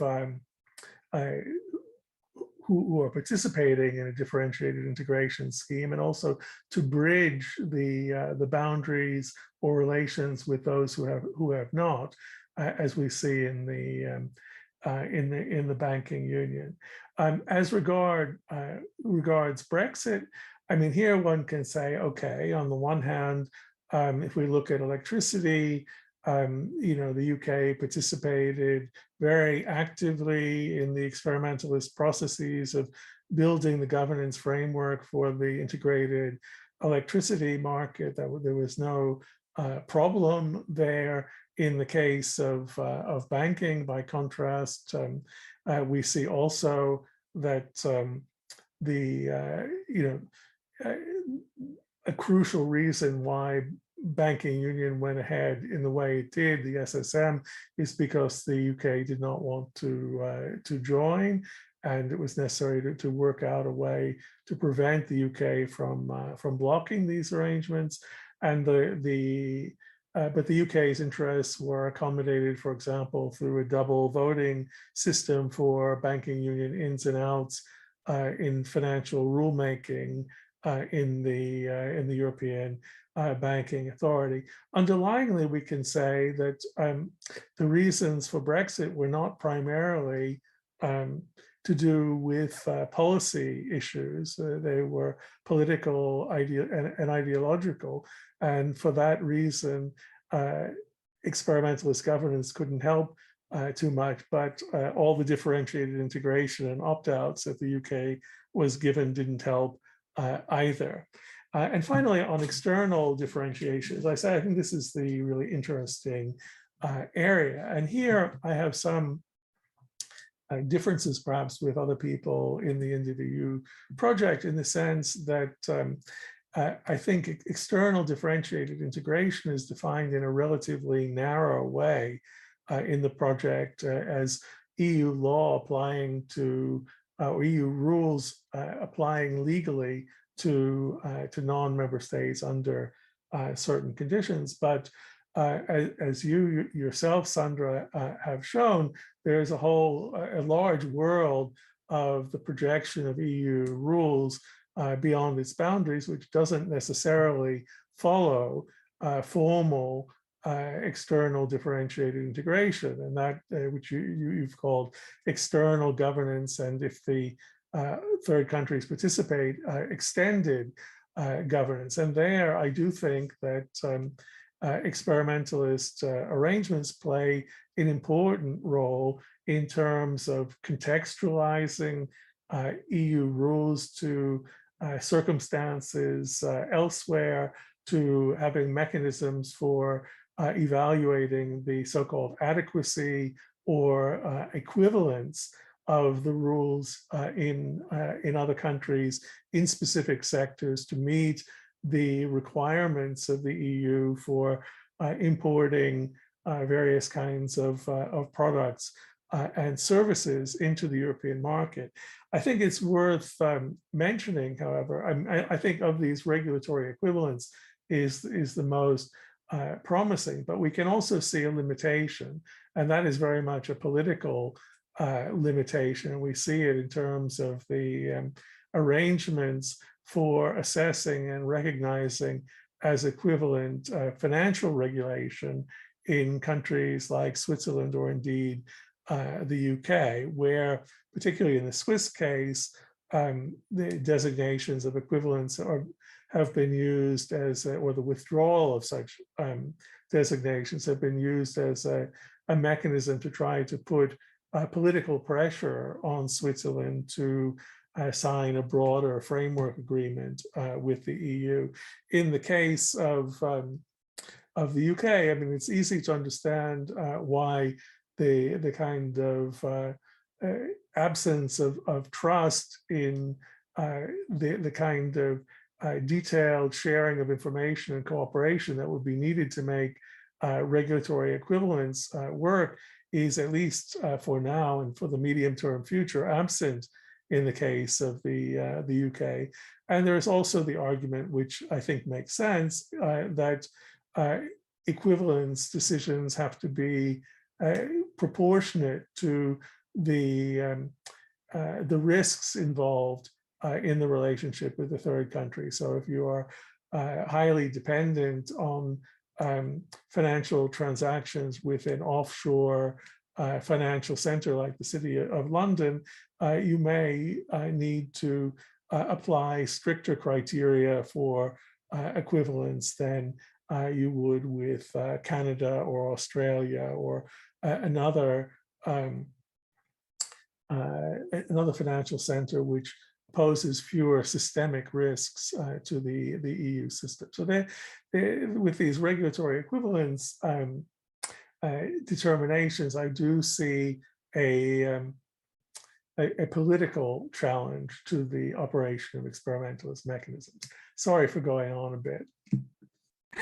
Yeah, we share an interest in this external dimension, but all the panels have concluded admirably on time, and I'm afraid I will have chaired the only one which goes a little bit over time, but we have, I think, the flexibility to spend a few minutes more, because we would really like to hear the final observation by Ambassador Andrassy and Mr. Sheeran-Beck. Please, Ambassador Andrassy. Thank you very much, and I will try to be very, very quick. I would just very quickly comment on the internal and then on the external dimension, as you asked us. And there is one thing that I think they have in common. I would say that the differentiation is always also about respecting the differences, and that is okay. But when we talk about internal market or economy, there will always be, I think, within the EU, this golden standard that everybody would want to reach, that they would want to ensure for the citizens more prosperity, and that there will be more agreement on how to come to a converged decision. The more you go into the sphere of values perhaps, or differentiation based on societal elements or history or culture. There we are approaching the areas where perhaps it's always more requests to respect the differences in a way that is also seen in the decisions and the acts, even the legislation that member states would want to see, and that they would like that to be incorporated or taken into account in a specific way. But I would say that element is also could be also applied to what we are doing to the external segment. We have the immediate neighborhood, Western Balkans, they're candidates for membership. They don't actually have much of a choice. They will sooner or later, if they want to go in, have to apply what the EU at the time is with the full range of the acquis. The Eastern Partnership, perhaps Southern Partnership, that ring of neighborhoods, yes, we are always discussing this integration, more or less internal market, so yeah, participating in the internal market. And then you mentioned Switzerland, EEA, and perhaps UK even later on, with the participation in the economic cooperation. But then again, when you come to the more value-based issues, when you come to how to incorporate all the differences in terms of the background of what these countries, third countries are, there you always spend more time perhaps to find a way how to work together, and so be it. Because the more difference in the world, that is all fine. But I think then we are approaching the rules at the global level, and to try to find the multilateral cooperative mechanisms to, again, bring those differences together, but not necessarily converge with standards or the way how the EU wants it to be. That's something that then belongs to a different sphere of cooperation, but EU has this also always a role at the global stage. So I would say that the more CFSP common position it has, again, it's more effective. So I will just finish with a remark from the national angle. You have those enhanced cooperation, PESCO, and for instance, where you can see this discourse among the member states and why they are participating or not in these initiatives, and how they see then the contribution of EU towards the world. So I will stop here, and thank you again. Yeah, I think you made a great connection to the global level of governance, and indeed many of these experimentalist fora have links also to more multilateral technocratic or transgovernmental networks. So this is a really important extension. Well, now we pass on to Mr. Schierenbeck for the last words of this panel, please. Okay, I think first of all, I mean, if we come to the external dimension, I think additional complexity is added. And okay, Jonathan added the point that, okay, we try to have regulatory equivalence, etc. Of course, a single market is economically very interesting to third countries. While then indeed the political dimension, the ideology comes in. And there also in the case of Brexit, I mean, I come back to the issue also of communication, because the issue of disinformation and the pressures that the democracy is currently facing, and I think there was a question actually posed by one participant, I think that have all to play with it. And maybe one additional dimension, of course, all the different third countries look very carefully at what arrangements have been made with each other, and they're of course compared. So it's not only the bilateral arrangements with one third country, but everyone looks, of course, you know, how fairly are we treated in comparison to others. So that adds, of course, complexities, especially as those matters that are important to one member state differ in another. And it's sometimes a compromise and a give and take. But that is, of course, not always very easy to find. But maybe that's my last contribution. Yes, many thanks. So the research and conversation will continue. But with this, we have to hand over to the final concluding panel. And I thank you all very, very much for this highly interesting discussion. And see you.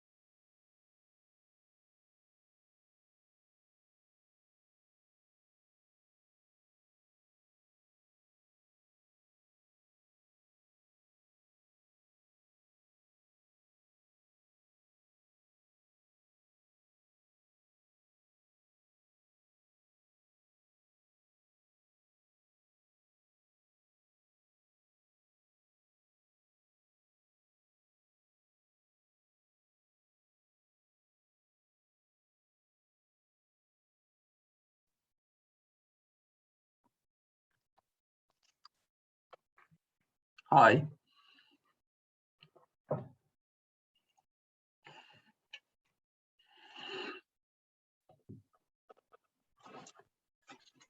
Okay, how should we proceed? Do you want to start, Bridget, because you didn't have a chance to speak at the opening of the conference?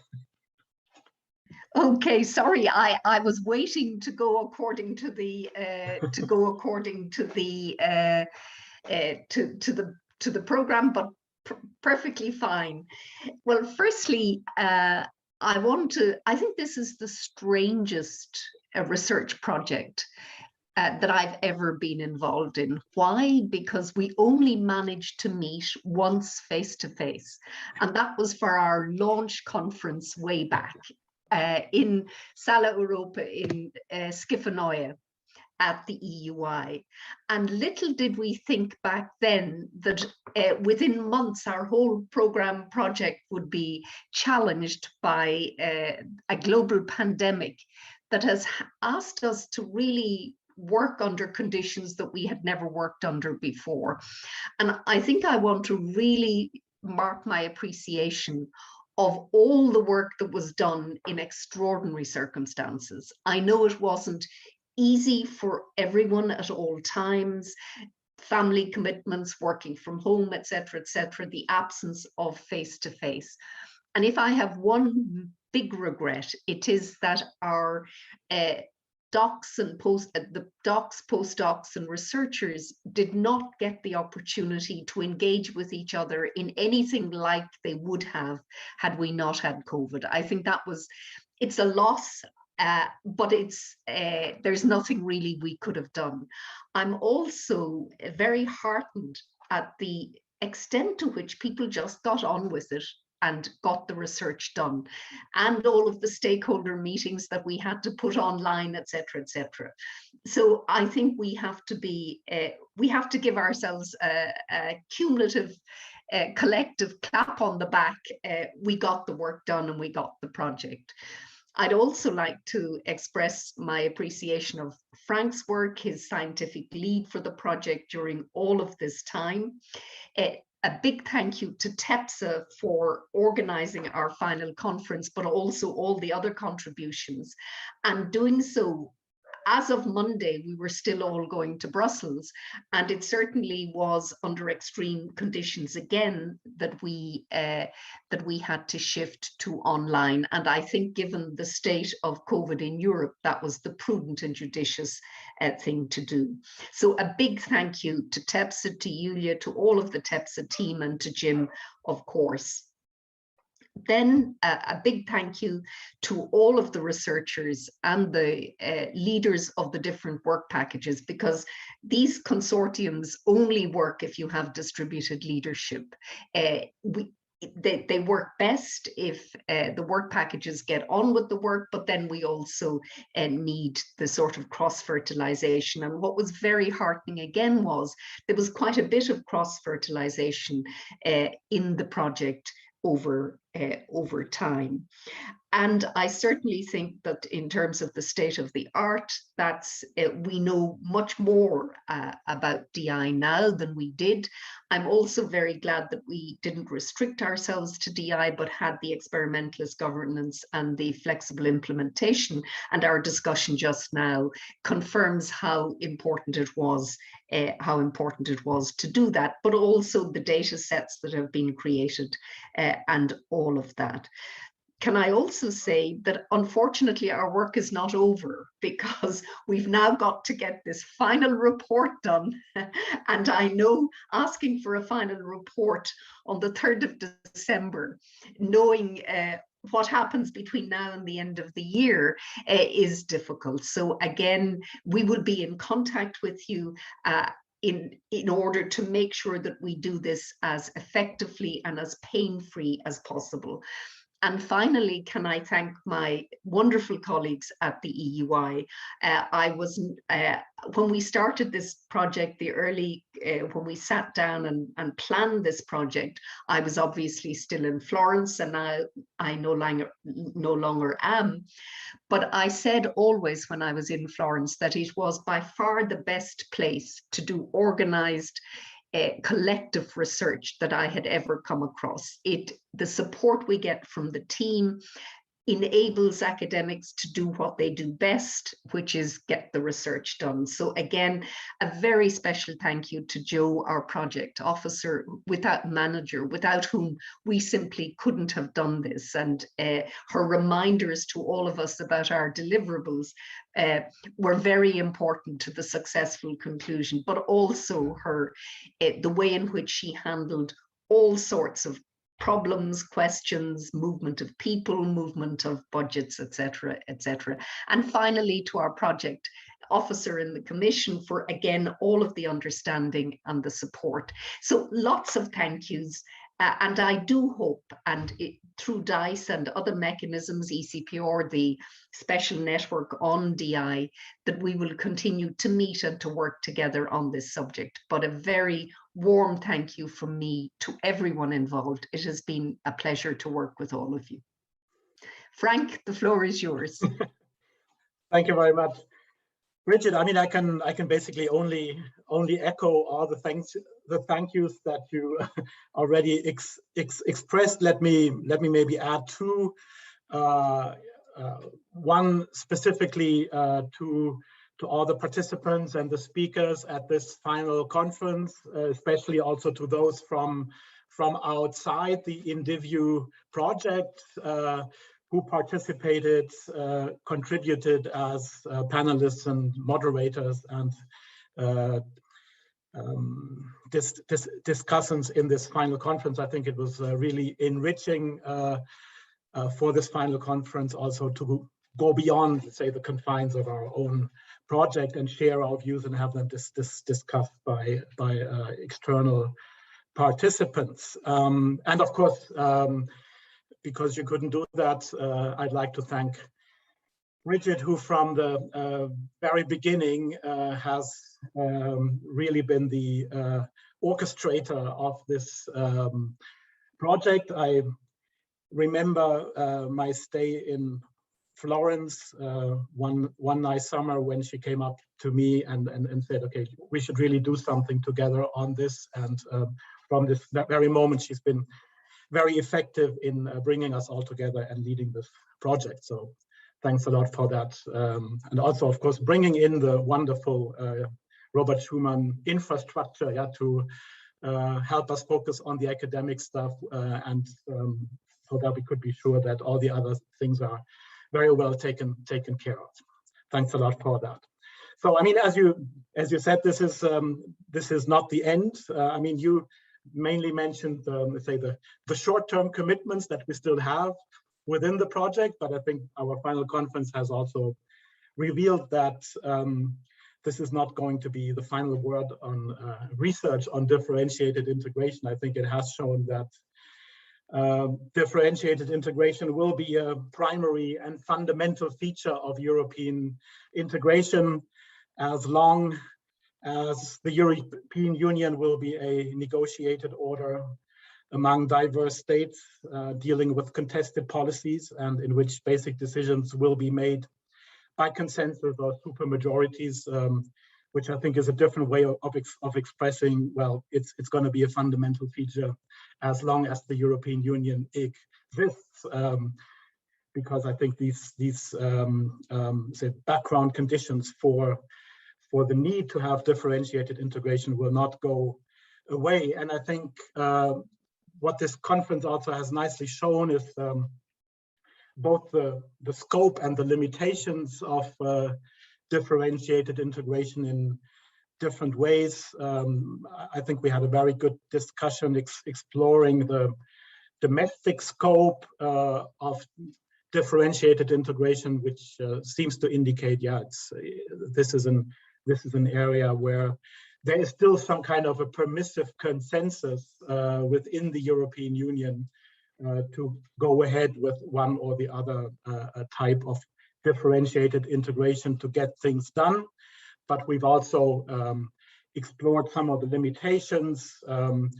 Interestingly, one of the findings was that, yeah, indeed, differentiated integration, the way we defined it, might actually provide too little flexibility for the European Union, and that flexible implementation, experimentalist governance, or let's say operative ways of working around the legal limitations that member states have imposed on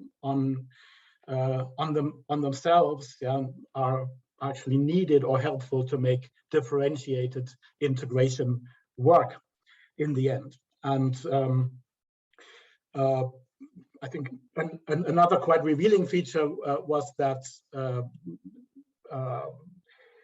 there's one limitation, which is when differentiated integration becomes politicized. And interestingly, however, that seems to be much more the case with external partners of the European Union, where the politicization of differentiated integration seems to be larger than within the European Union. I think that was also a revealing finding of our discussions here. I think when it comes to research, we've also seen some limitations because differentiated integration is in itself such a differentiated exercise. There's a limit, yeah, let's say, to the generalizations we can make about differentiated integration. So yes, I mean, when you start from a very thin definition and you limit yourself to what is going on at the treaty level, I think, and that's what I've done in my work with Thomas Vincent, I think we can see some logic, some structure in this differentiated integration. But as we've seen, yeah, when you move to different contexts, and especially if you go beyond the treaty level, it's something that we already found out when we tried to study differentiation in secondary legislation, but I think that's even more so the case when we move on to flexible implementation, experimentalist governance. It all becomes very heterogeneous in itself, and you really have to look at specific cases, and it's very hard then to make generalizations that travel beyond, let's say, a specific context or specific issue areas. So I think we've also found out a little bit about the limits of studying differentiated integration as a unified domain of research. And my final point would be that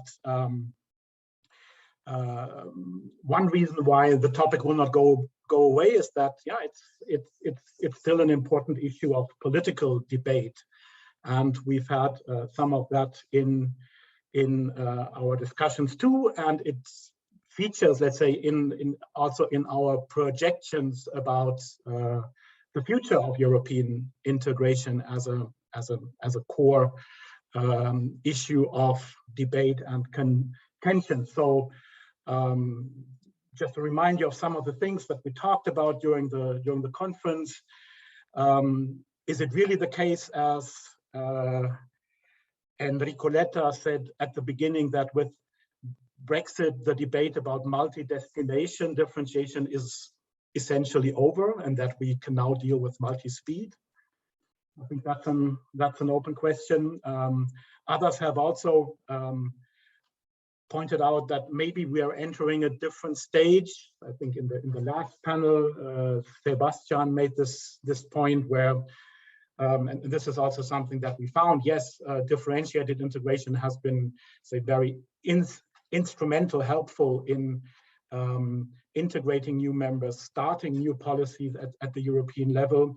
But now that these members are there and that these policies are in place, maybe differentiated integration changes its nature and becomes more, let's say, of an instrument of policy making rather than an instrument of, say, negotiating new policies.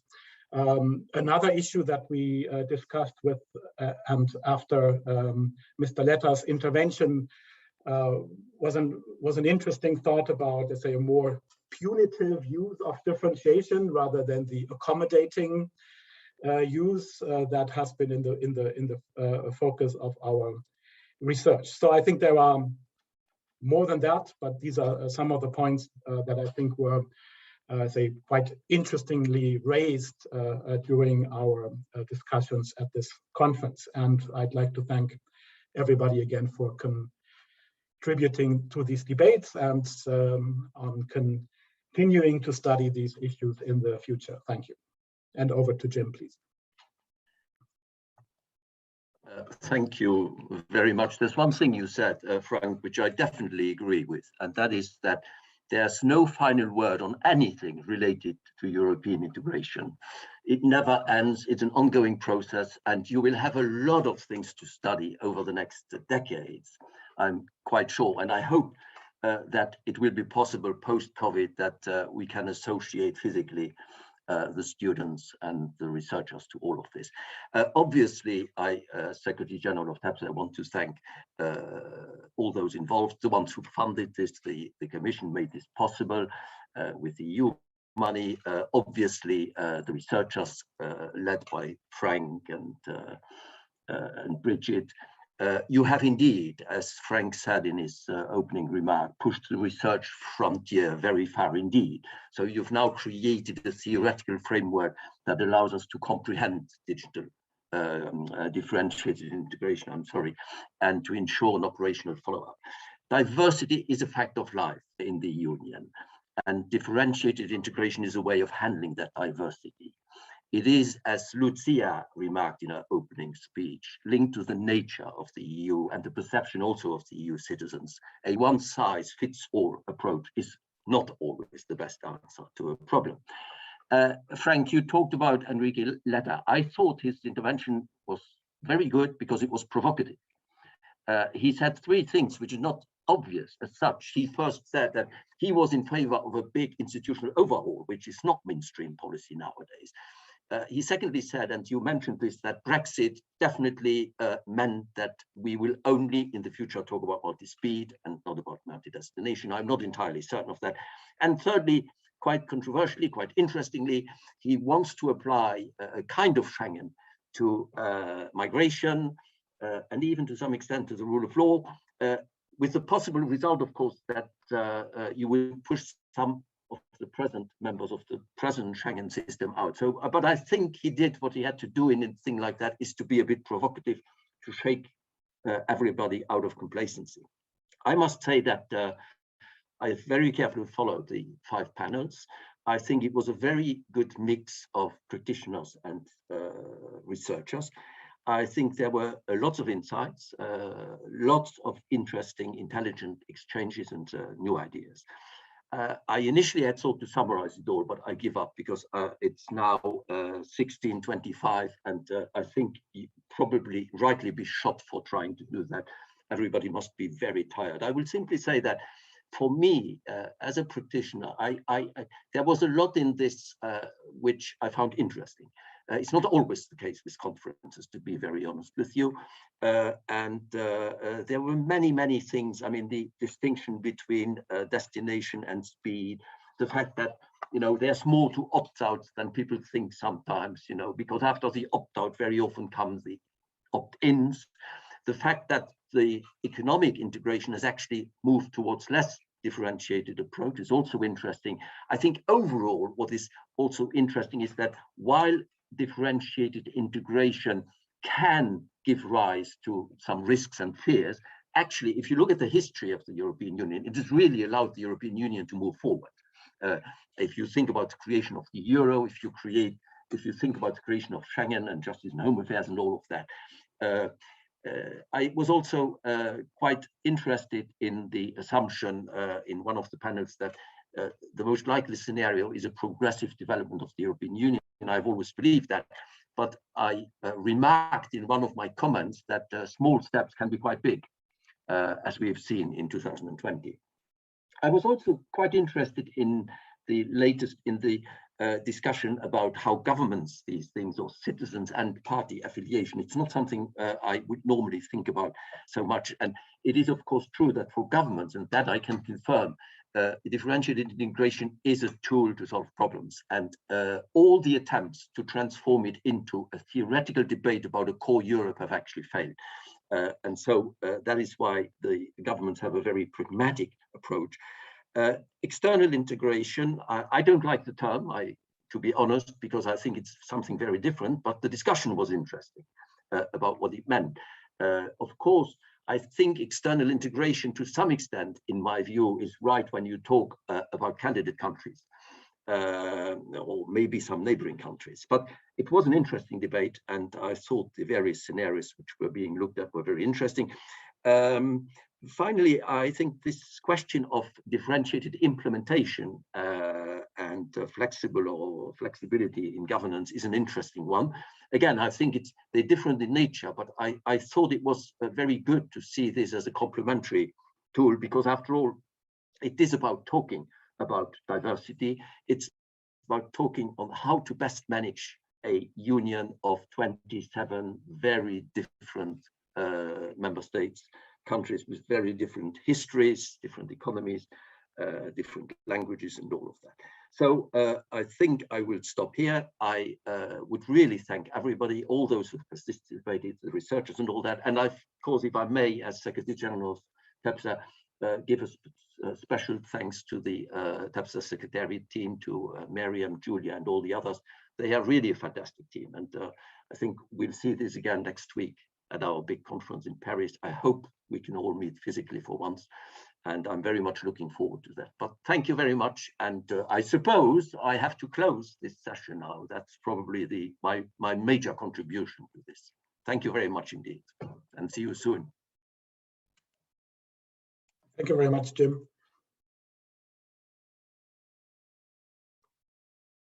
Okay.